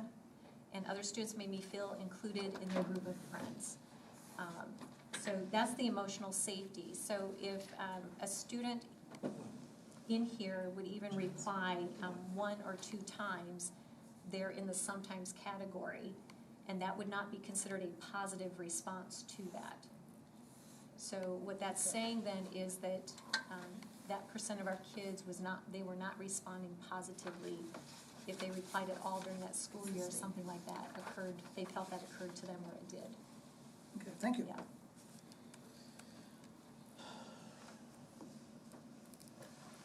Did you want any information on the expectations boundaries piece? Sure. So that category for expectations and boundaries are things that there are clear rules about what students can and can't do. Another example is adults in my school apply rules in a fair way. So anything along those structures, are you being consistent and are there consistent expectations? So, for example, if I walk down this hallway, do I get the same response from teachers as I walk down this hallway? One thing to know is that Laura Ingalls Wilder is implementing responsive classroom strategies. They presented at SIAC earlier this year, the School Improvement Advisory Committee. And then the other 3 elementaries now are taking a look at a program called CHAMPS through Safe and Civil Schools. The middle school and high school are looking at the secondary version of that. And so we're in the process of getting some training set up to start next school year. Depending on what areas they also end up wanting to focus on, those trainers can focus more in that area too when they have the training for it. So that's one step that's in the works to try and address some of those concerns from there. And those constructs and questions too, remember last board meeting from the state, if you want to look back at last board packet, all those questions are in there too. Yeah. If you want to review those. It'll be interesting to see what the next set comes out. The next, after, or in June or August, whenever you get it, is where, see how it kind of breaks out again, now that we've taken it twice. And with this, note that the state was not happy with the reliability of the elementary conditions for learning survey, so they have adjusted those questions. And this year they did not include those in the accountability rating for the elementaries. So for their label of what they got for overall performance, they reported out the results but didn't include it in their calculation. And our special needs kids take these same tests, correct? And they're counted in there, right? Okay. Right, unless they're on alternate assessment, which means they have significant academic needs, they have a different type of portfolio assessment that they use.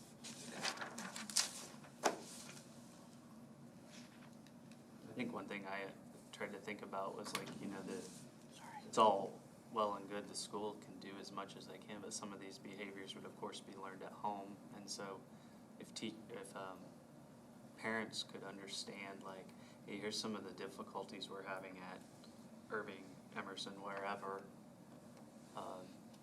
to come alongside their children and say like, hey, and teach it in a home perspective that, this isn't what we do to other kids at school. I don't know how that actually plays out, but I'm sure some parents do that and some don't do that. So, but I think it's hard to say that this all has to be done in the school. It would be so difficult because a lot of those behaviors are learned over years, and the school can only do so much there, the teachers.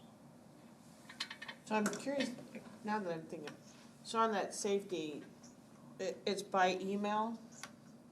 Kids, you made a comment that they felt they were either bullied through email or something was said at school, correct? Under the emotional safety one, I got a scary or hurtful message from another student on a phone, computer, or iPad. So that could even be at home, not necessarily. Well, yeah, that's what I'm saying, that's what. Yeah, the directions say at school. Oh, okay. But that's not to say that this isn't accurate, but sometimes when we're answering surveys, we forget that part when we're all the way down. Yeah, that's what I was wondering if it's. Or they might say, in the last 30 days, has this happened to you? And they think, last year, this happened to me. But what's significant about that is they're remembering it. It's stuck with them. It's something that was, yeah. It's in their minds. Yeah. Thanks, Annette. I did have a question. Oh, in go that ahead. area. Sorry. No, it wasn't, not the subject though. Did we get somewhere along the line, the online, how many students we have taking online courses this semester or this year? I don't remember getting that. Did we get that at some time? Could we get it if we had? Yeah, I believe we have 60 students involved in self-paced courses currently. 60, okay. Do we know which courses? Like what? Yeah, Is that was- I don't have those. Oh, I want to try to. Yeah, but they Okay, would- yeah. Is let that me the know. at-risk kids too? Is that counting out those kids too? Mhm. With, is it Aaron Lester? Am I right? No? Who's the at-risk? Not Oliver, sorry. But that counts I know them there are a too. few students that are still using the Odyssey program that are kind of getting grandfathered out of that system, but those would be the kids that are being served through some of those self-paced modules. So this, that, what the paper was talking about, that classroom, those 60 go to that classroom, or can they do it at home? It's self-paced, so they should be able to log on as needed, but during the school day, they can go there for support and have Nick Dow, who oversees that program, checking in with them, and the teachers also can monitor their progress through that module. There are places within it called gates, where they then, follow up and ensure that the student is making progress that they need. And they could be taking more than one class in a semester through that. Some might, I don't know how many might be. And they also, at that, like, in Nick's room, like, if their language arts teacher, like, they're struggling or something, that teacher will come in and, like, meet with them during that time, too. So they do get support, too, from that. Thank you. Thanks. Thank you. All right. Now where are we at? Nick who? Nick Dow. Dow. Well, I did between Aaron Lester and all of them, like, I remember one of those. Mike subbed in his class today. Yes, board HR committee report. That was. We went over a lot. Lori and myself. That's on page. It should be right after. I have page 26. Is that right? Yeah, it starts on 26. Ken or Lori, do either of you want to take it? Go ahead, Ken. Finance, but that's okay. Where's our report? Were you gonna do finance, Ken? Yeah, Okay. but there was a hiring update. As you can read, that almost all the positions at early retirement, at the day we had the meeting, I believe all the positions that were open from early retirement, there were 2 or 3 that still needed to be filled. Am I correct on that one? And if you read the sides of the paper, you'll see it each time we get it, on appointments, resignations and all that, you'll see that there's a variety of educational backgrounds and years of service of the teachers we're hiring. Elementary would be more, maybe new teachers and all of that, but we are hiring people with more hours and things as time goes on, different ones. So good spread on that one. And on that one, the guesstimate, and it's only a guesstimate of the savings in our general fund salary bracket from that is about $444,000. Okay, at this point, guesstimate's the only word we can use for that. It's getting closer all the time. Then there was talk about the associates and what can we do, all the different things. We've been on that subject for quite a while. And Ron had gone out and with some other things, found a list from some very credible sources of why people usually leave something, and it did apply to the associates and all of that. What are the reasons why somebody might leave a position? These are the normal ones listed in your report and up above. As we got it, I didn't think until about 3 days after the meeting that, if we asked, maybe the question we asked was backwards, ask why were they leaving? Actually, we want to be concerned with the ones staying. They've been with us 3 or 4 years. Why are you staying? It could be just reverse, but that's one we might look at in the future. And we just talked about the different type of things we could do with it. The exit interviews and interviews we could do with students. Didn't really decide anything in that area. We did talk about talking to the ones that have stayed, like, why they're staying. Yeah. And Ron indicated, love doing it with the kids and, just, they like being here, so. But do you know, John, what is our total associates right now? Do we have 125? That's filled. That's filled. Yes, that would be filled. That's, How many do we need? that changes every day. I don't know that Okay. for sure. Well, so the IPs, I always say that wrong, but anyway, so, because some require one full-time with them, and then some could require part-time with them, right? A lot of times they try to do part-time with them so they don't get. It's reflected, from one person. yeah, it would say a number of minutes per week, Right. the direct adult support they need. Doesn't really designate. Do we have anybody that's not supported right now in their program? Their IEPs. Yeah, there you go. But, that's something, I think there's a constant tension, there's a constant struggle on the part of principals to make sure the minutes are served. I think at any given time, when somebody resigns, there's a juggling act that occurs. But to say that a child is gone without being covered for, an extended period, I am not aware of that. There are certainly situations where it's more stressful and it's more onerous than others, just given the child's needs, the availability associated with different factors.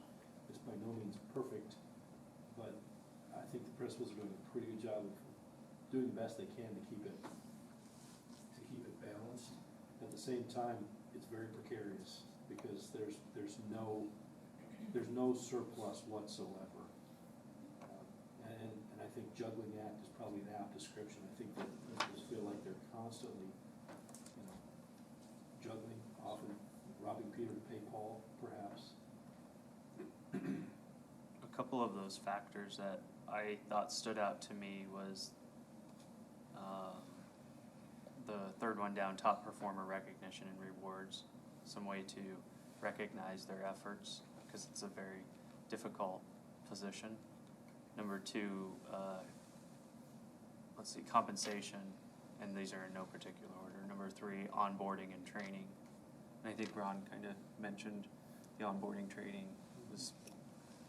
I feel like those are areas that I would like to see improvement in those areas. Could our teachers, our teacher coaches, can they be part of that? I know you were just asking about that, no.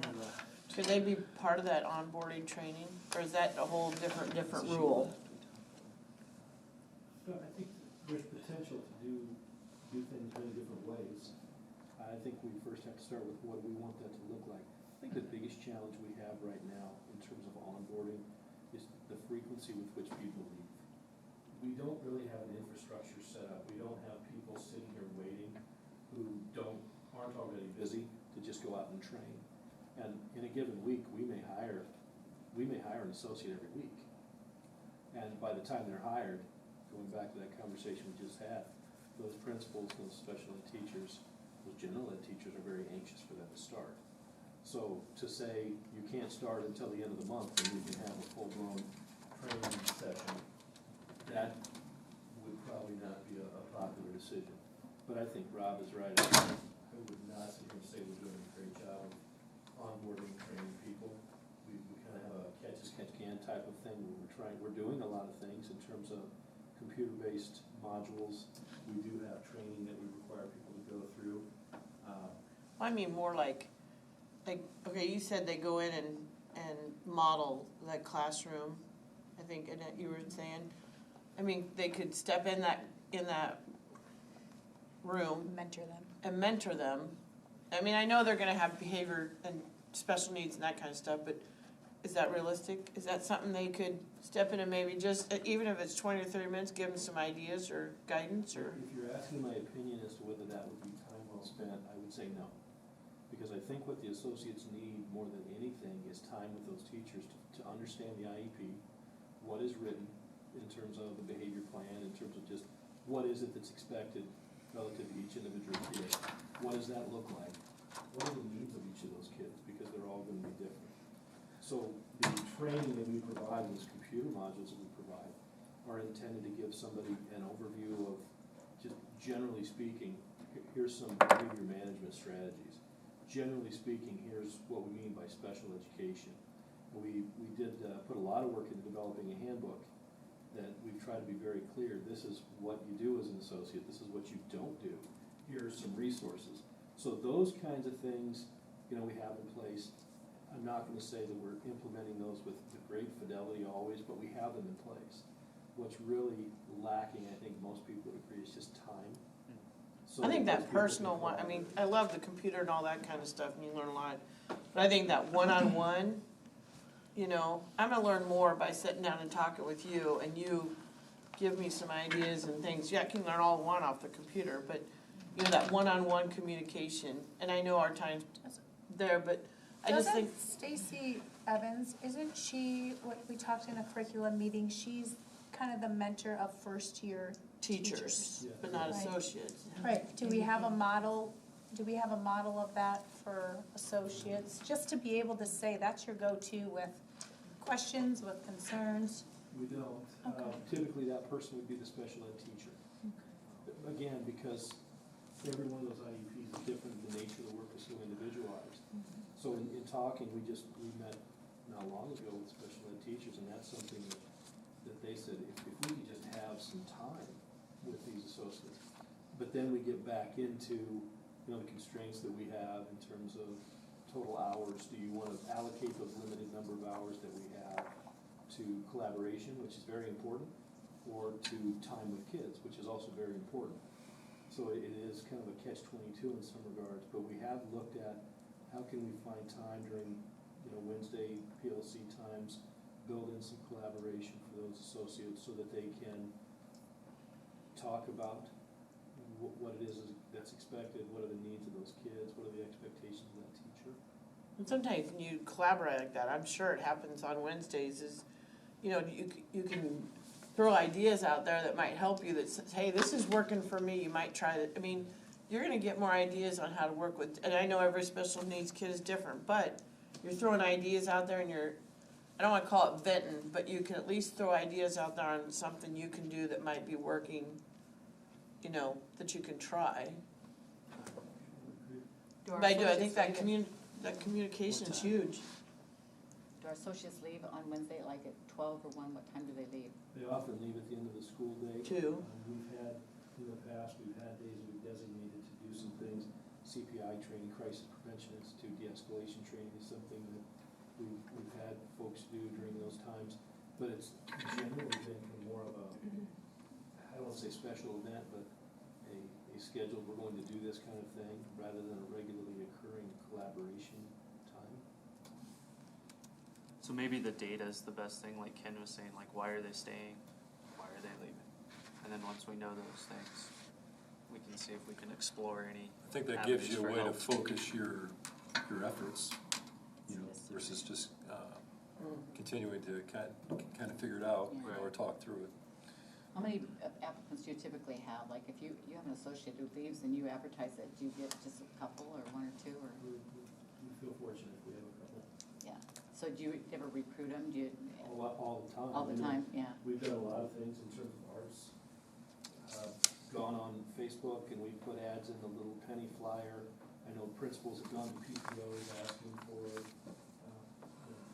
maybe moms or dads that want to have a schedule similar to their children.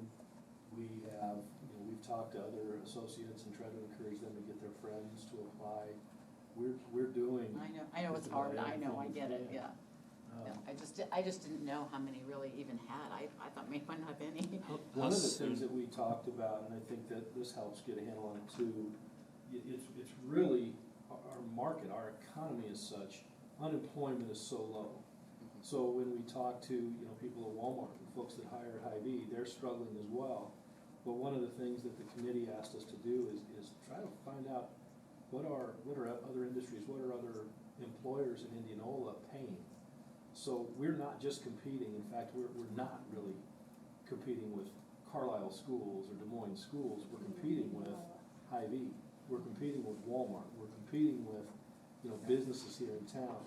And it's not uncommon for us that people will come, they'll accept a position, and they won't even show up for work. They'll just say, oh, nope, got a better job, I'm gonna go. So when we say we're losing people, sometimes we don't even have them, and we're losing them. So I do think there's value in getting a handle on just what the larger market is.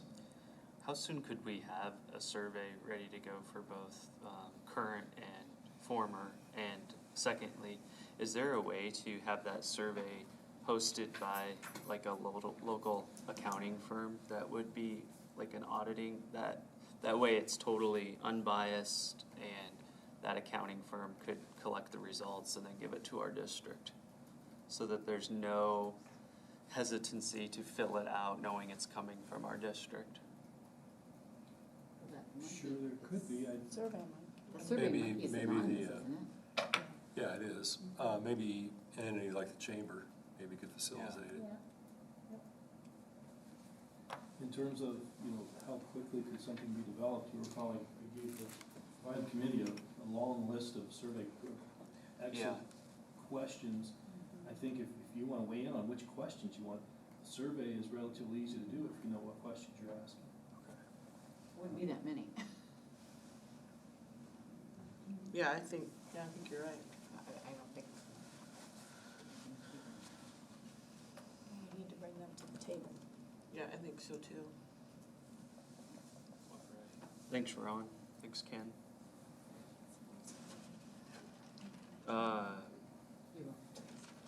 We are on 6E3, 2020 roofing projects. It's gonna be, that's the,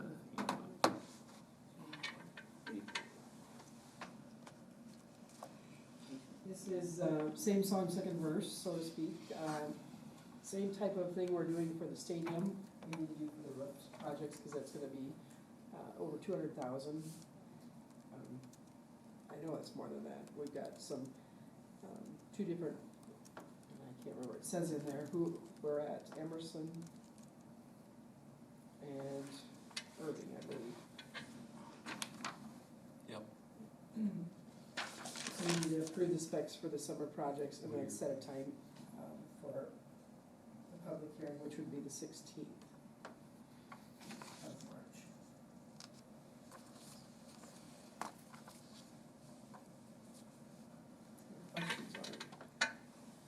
And so which two buildings are we doing some roof work on?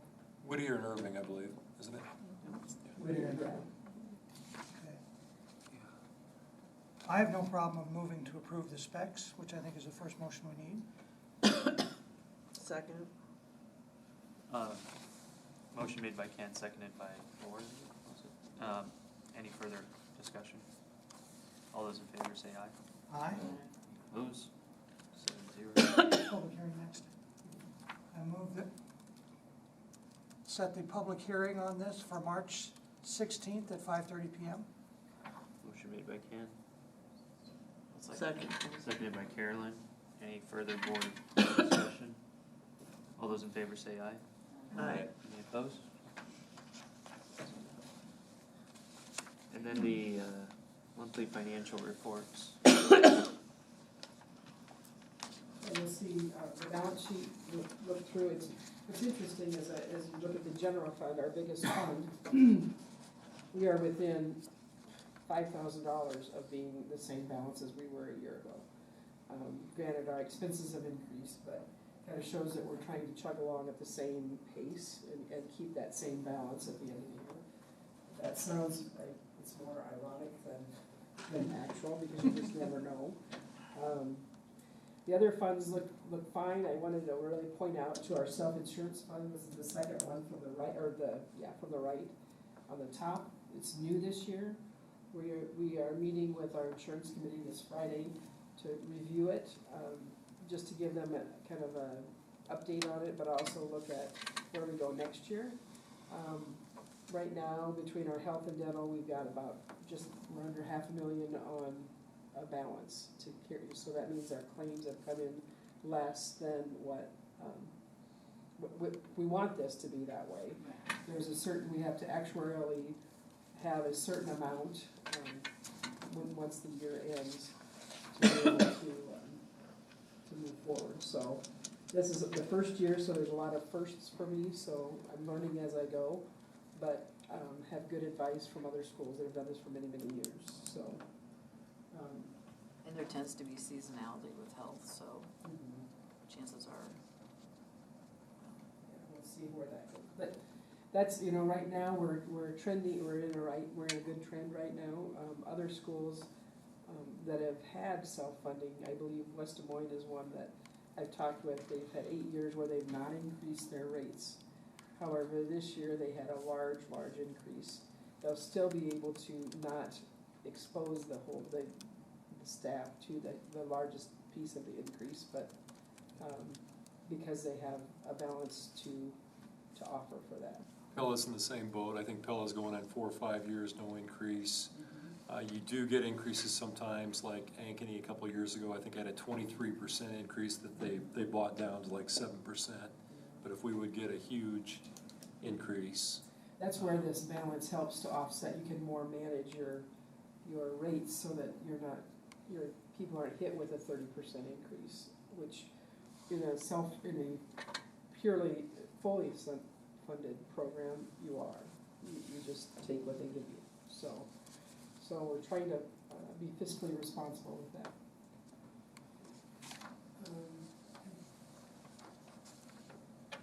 And again, the next one where it talks about our certified budget comparison, the one that's higher that, December is 50% of our fiscal year, though we don't track on that a lot because we're always lower than that because our year is only, July and August aren't high expenditure years or expenditure months for us. But the one that's high is the support services, and again, that's relating to our, the self-fundedness, the $1 million in there. So, in that, we'll have to look at that when we get close to doing a budget amendment, because we'll have to do a budget amendment anyway, because we've done 2 bond issue refundings earlier, and we're going to do another one in the midst of that right now. So that will allow us to do all that at once. So, and then you can see kind of where we're tracking on the general fund cash flow. Pretty much right on where we were last year. Can I ask a question? So, on our food service part, we had another donation. Where does that take us on our, I know it goes to the kids until after the school year's done, and then it'll go to our balance. I don't know the exact amount. I mean, the biggest one was our $10,000 that we received from the young professionals. Right. And then we'll get $200 here, or $300 here, or a couple $100. I did have a person come in and request that they've got somebody that was looking at her estate and just trying to decide where she wants to put some of that. And one of the things that she talked about was the food program. So, but we're narrowing that down. Little by little, but remember, it's still the same comment. I know, it's still yeah, which they don't like. So, any questions? Nope. Thanks, Jonah. We need to approve the monthly financial report, right? Oh, I was gonna ask, so is this where the flat panels, they were $800,000? We'll talk about that in the next report. Oh, okay, all right, sorry. I move approval of the monthly financial reports for December. Motion made by Carolyn and seconded by Donna.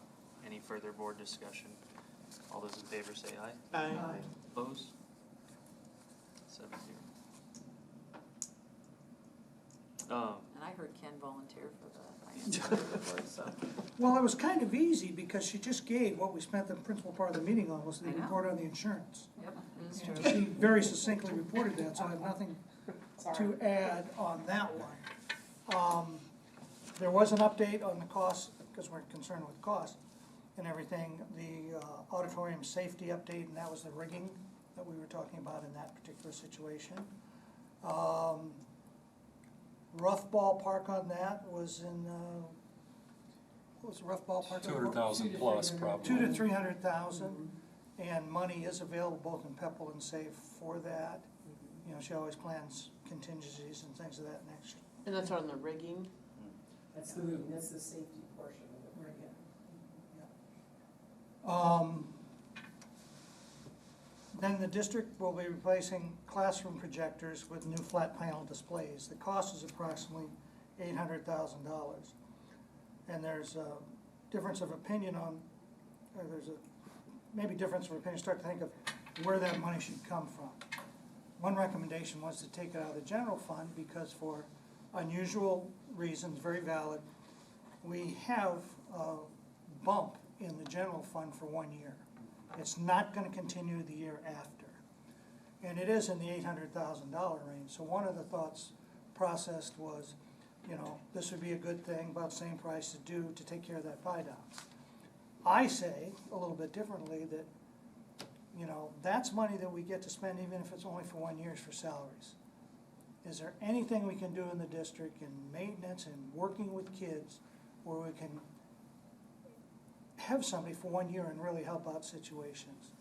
So I really want the administration to look into that first to see if there's any way that we can do that. There is money in SAVE and PEPAL to pay for the 800,000. It's not that we don't have the money for that. And we're always balancing things the best way to do it.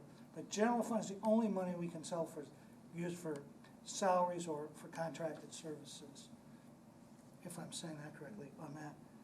So I'm really pushing for people to think about, is there something we can do? Can we get some suggestions that something we can do for a year?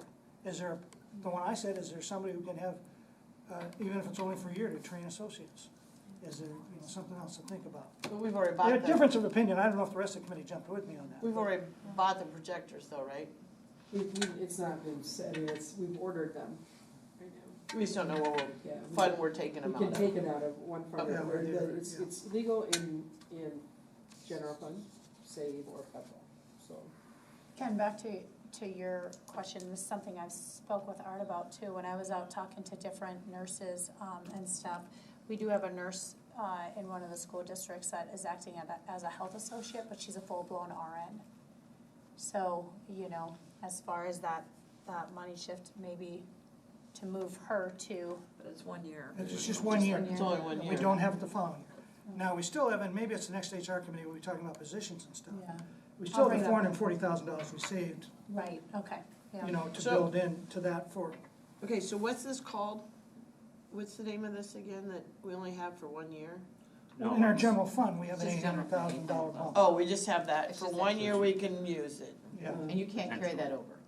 Well, the thing when you use salaries is that carries over and carries over and carries over and grows as you go. If you add a Right, position, but if you that's just what add a I 1 year, didn't know. then it's different. So, What about, would there anything in curriculum at all that we wish we had in our district would be a one-time purchase for our district that would be directly hands-on for the students? I think over the past several years, the board committed a large sum of money each year for the curriculum cycle. And so right now, as I'm getting to know that budget this year, I can't think of like one thing that would be in place for that. Or any equipment But like? the panels are for the students. That's I mean, right, That's that's what we're right, talking you're about. I'm right. talking about people, not things. That's my difference. Okay, you're thinking people. Yeah. strictly. I like Because the we can't use idea, other funds for people. We I do can't. like that idea of training associates. I mean, Not- I know it's only 1 year, but. Provide, suggest some things, but that's an opportunity I think we have. But and would it have to be Or mental spent health, yeah. Before July? July 1st, yeah, before It July. has to be spent before July. Well, and really, what doesn't get spent goes to the next year, Yeah. pretty much, Yeah, it's not categorical use it or lose it funding. It's It's not just, like a it's just. nonprofit, so that's why I'm like, that's what. It's not gonna be replaced. So if we don't use it by July 1st, it still carries But over. it can only be used once, what I say, it's only Right. 800,000. It's only gonna be. You spend 400,000 this year, 400,000 next year, it's still gonna go away, there's no more coming for that. Right, no, I get it, I just. So something to think about. Yeah. And I think that's all we talked about that night. That was under See, it's been on paper myself. report. Okay, Help the kids, yeah. E6, facilities project update. Again, it's not too exciting right now, it's been very similar to what it's been, the last few months. We added the rigging and added, LED lighting, they're just kind of on a rotation now. We're trying to get many of the things that, say like carpeting, flooring type stuff, we're trying to get all that on some kind of a rotation. Furniture is another one. And the LED lighting is one of those as well. Several years ago, there was a rebate program, but that's gone away. So we weren't leveraged to do that at the time, so we're doing it piecemeal as we can. The big large areas, so that we know that they're being highly used, and then we'll hit the other areas as well. Is the cameras in this? Or we're Cameras, adding to the middle school and high school? yeah, it's under the second one, high school, middle school security. Do we know where we're at with that? I knew a little bit on that, so I'm gonna be contacting an engineering firm this week. Because we're wrapping all those cameras into one project, now we're looking at that as a construction project. So I don't need to go out to bid in order to do that, we need to have that looked at by an engineering firm and work up a proposal. So we're looking at getting bids, starting bids? We're gonna have to, For both now? Okay. so we're looking at this says high school, middle school. We were also looking at some exterior of this building as well. So this will be a summer But those- project? I think it's for sure gonna have to be.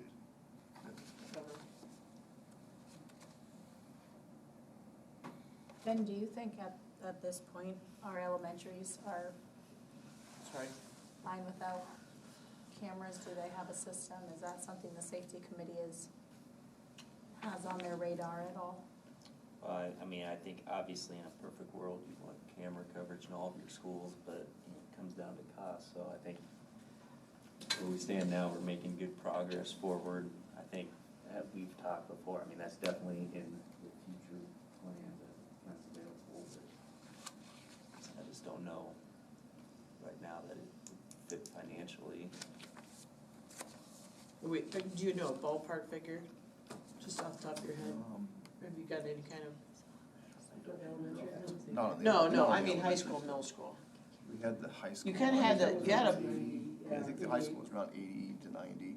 The And then- middle school was, 175. I was gonna say 177, so somewhere in there. Does everything that gets bidded out, do you have to have an open public hearing for? If it's over 135,000, you do. And so what we just did tonight are two big ones Right. tonight. The other two that we're still gonna do through the same process would be the rigging and the cameras. And the cameras do And too. that will keep Bernie busy. Yes. I just didn't, 130 you said. It's like 135, maybe up to 140. They were upping at $5,000 a year.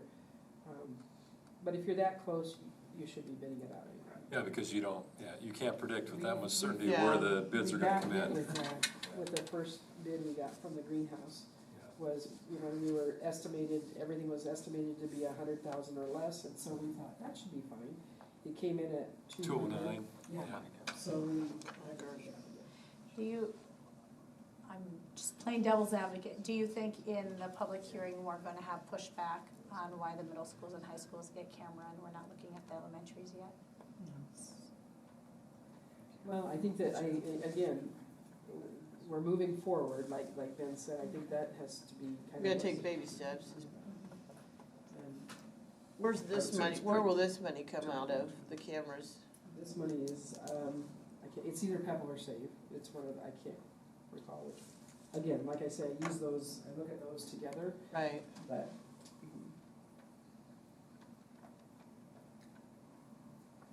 Step forward. Art. Yep, we have a second reading of board policies here that we had the first reading of last meeting. I don't know if any other questions have arisen. Did we change any of that when we did the first reading? No, there's no change in here from what you approved last meeting. You added, did you send out an email that said you added May to the TB testing? Yeah. one? Oh, Yeah. I did, I think we had, did we make that change during the last meeting or suggest that? I researched a little bit, some different language on that, and what we had approved was what is in the ISB policy primer and what West Des Moines has. I gave some other examples. There's one even from San Diego County that added a lot more to it, and there are some others that that add a little bit. But I'm comfortable with what we have in there, especially that's what ISB has. And when it says may, then we're not bound to do it. But if a special situation arises, like we discussed, then we can. So.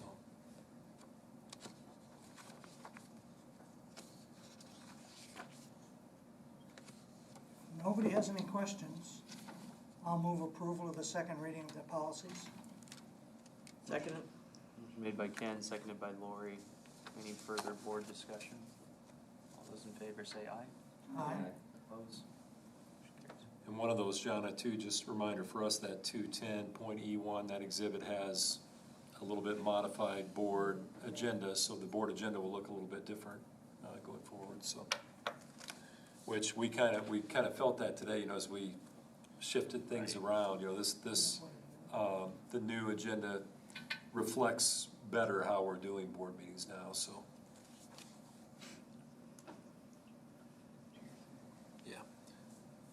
we had the carryover from earlier too. I had sent out some information just on different approaches on strategic planning and trying to get some feedback from the board on that. And I did heard some things back from Ken and Sue and Rob, and then put it on the agenda for some discussion.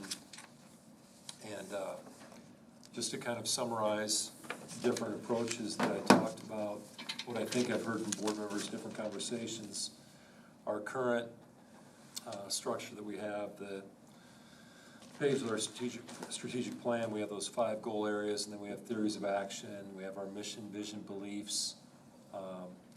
I've heard, what I think I've heard kind of consistently is a desire to move away from that kind of theory of action format, maybe keep some of the goal areas the same or similar, and then try to develop more short-term, mid-range, long-term goals underneath the goal areas, a little different format.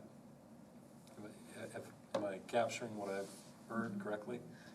So then I guess what I want to know too, you know, next steps if we want to try to have a fairly board-driven process in a work session, if we want to try to pull together a large committee like we did last time, if we want to have an outside facilitator. Another thing I mentioned that some people had some interest in was the portrait of a graduate idea, you know, which does put the focus on this is how we hope our kids end up when they leave here, how they're prepared for the future. And if you're interested in that, then I would reach out, our regional AEA director, you know, as a person who helps to facilitate that. So I just kind of want to get a sense of next steps and how you'd like to proceed as we roll around the spring. Is there any other, like anything from somebody other than Ken or Sue or myself that hasn't got anything over to Art that you guys would like to bring up at all? I like the idea of a work session, brainstorming, maybe a facilitator. I mean, I think we do pretty good when we meet and brainstorm things with everybody's ideas. Everybody has come up with, I mean, that's just my thought. So would you guys think of just start with a work session And then kind of grow from that? Figure out from there. Because I do think, depending on whatever it is that we're working on, we gotta figure out what, you don't have strategic plan just to have it, you have it because you have some needs you gotta answer. For instance, one of the things that I think is important is our enrollment projections and how elementary boundaries can be affected in the next 5 years. That lends itself to a large group, because then you get your buy-in, you get everybody's opinion, working through that. But if we feel that future personnel needs is a big issue, that lends itself more than just maybe the board and the administration. So if we started with a work session, I kind of like that idea. We kind of flow through these, and the end of these we might say, okay, there's still 3 things we need a large group for. Yeah. You know, and all of that. I just think everybody brings something to the table with experience, you know, and I just think what everybody can put in, narrow it down to what we think is important, and then go from there. Like Ken said, then we've got, if you're gonna narrow it down to 3 things or whatever, then we can do like Art said, you know, bring somebody in, or at least we could brainstorm what we want first, or what our vision is, I guess. Because to me, it even gets interesting, because if we're gonna envision, what do you want from a high school graduate? I can get a large group of people and we can have a great conversation, but I'm really more concerned with college admission counselors and people that employ people. What do you need from a high school graduate? We're gonna say, well, we wanna make sure they have show choir and band and this and all that, and they all scored the 99th percentile on every test, and things like that, but, you know, bear it down, what is it that's really needed? Versus what would we like? I'd like to see them graduate just like I did in 1965. We were marvelous. And still are. But that's not what we need. We gotta get some facts in there somehow. Okay. Maybe April timeframe? Yeah. Yeah. Is that work session going to include this whole transitional kindergarten, or what are our action steps going forward with that? Yeah, I mean, I And think we sound can pretty have, discouraged. Kinda got that. I'm just saying, maybe we add 2 things, strategic planning and a little bit of a if the board still feels that that's a conversation that they'd Yeah. like to have. Yeah, I don't think we definitely did settle that conversation tonight, Well, so. we have the kindergarten enrollment, we won't have the, when do they register? When is new student registry, is that open now, Ray? New student is not, we're looking at that in like 2 weeks. Okay. Okay, so the online registration for that will be open soon. So we might know in April. You know, what we battle with Well, kindergarten yeah, registration I know. is when people show up or when they do it. Now, Right. I was kind of encouraged by the preschool registration night, and there were that many people that early, so maybe, Well, they were kind of panicking. That was my next question. Because I had phone calls that said it was first come, first served. And it was on the flyer. The email was sent out that day, and you were supposed to share that email. And I had people tell me, oh, I had to get these forms. And then they got a link to it. So my second question is, so they turned in a form, but then when they went on that link, they had to fill out that form again. Is that, That's not the case, no. There's a health form that they needed to fill out. it was the exact same form though. They downloaded one to turn in? That form is available on registration, but it's not they can download it in registration, or they could have just had it ready, which most of them did. But then they still fill it out in registration, right? No. I think some were confused, because I sat down with one lady and she did it, she had to fill it out again, but yet she turned it in too. She would not have to do that, so if she did, she was confused. Because the questions that are asked in registration are completely different from like the health form that was required. That form's accessible once you're in registration, but we gave them the option to download that form ahead of time. Right. So do we know how many showed up that night? I know it was quite crowded. I think that you said earlier it was like 80 something. They had a sign-in sheet there as well. I know some left and they just sent the links to them because it was so busy. just to backtrack on the work session for a second too, is your preference to stick with Mondays? Would you want to go in, like in between the two April board meeting Mondays, or do you have some other time, or? We meet the 13th and 27th in April for regular board meetings. Do you want to Monday's fine. slip it in there like on the 20th or something? When is it? April. Okay, let's tentatively plan on April 20th. And then, I'll be back. at our April 13th board meeting, maybe we can have kind of a rough agenda, but really knowing we have two big things on the burner, you know, we're not gonna, don't need to fill in a bunch of other things, so, okay. All right, so I will get that posted, and I'm just gonna put it in my calendar as tentative, we'll confirm that next board meeting then. Yeah, I mean, I kind of like that, kind of 5:30 to 8 type time frame. Maybe have like a sack lunch or something again. Not before working. 5:30. Okay.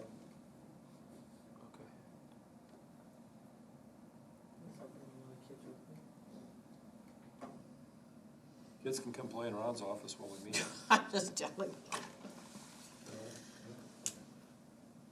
I won't be at the technology meeting tomorrow. We're trying to close on the Heel House, so. Okay. Board agenda.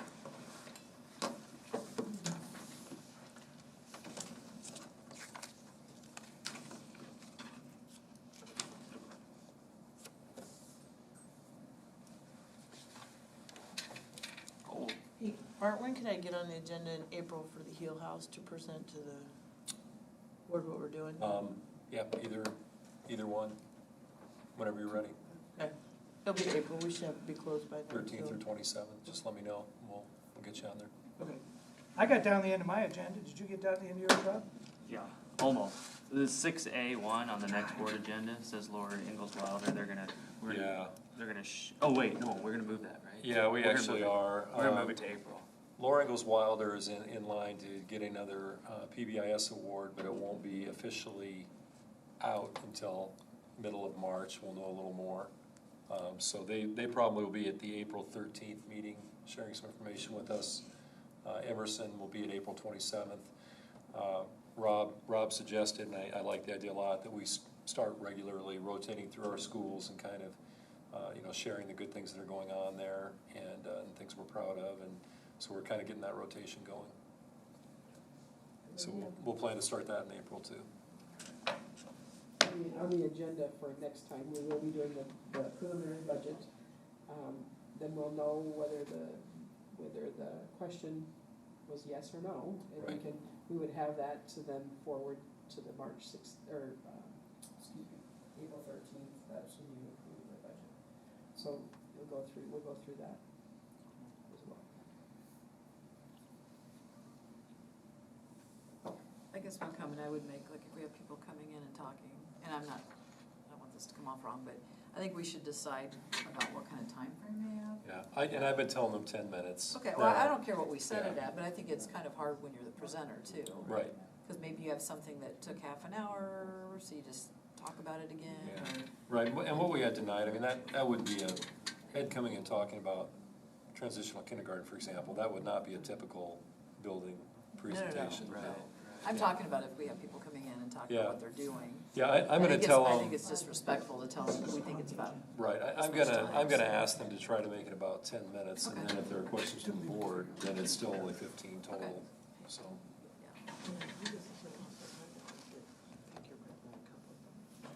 That is it. Move to adjourn? Ken? I'll second that. Carolyn, second. All those in favor say aye. Aye. We're adjourned. Thank you. Thanks. Sure.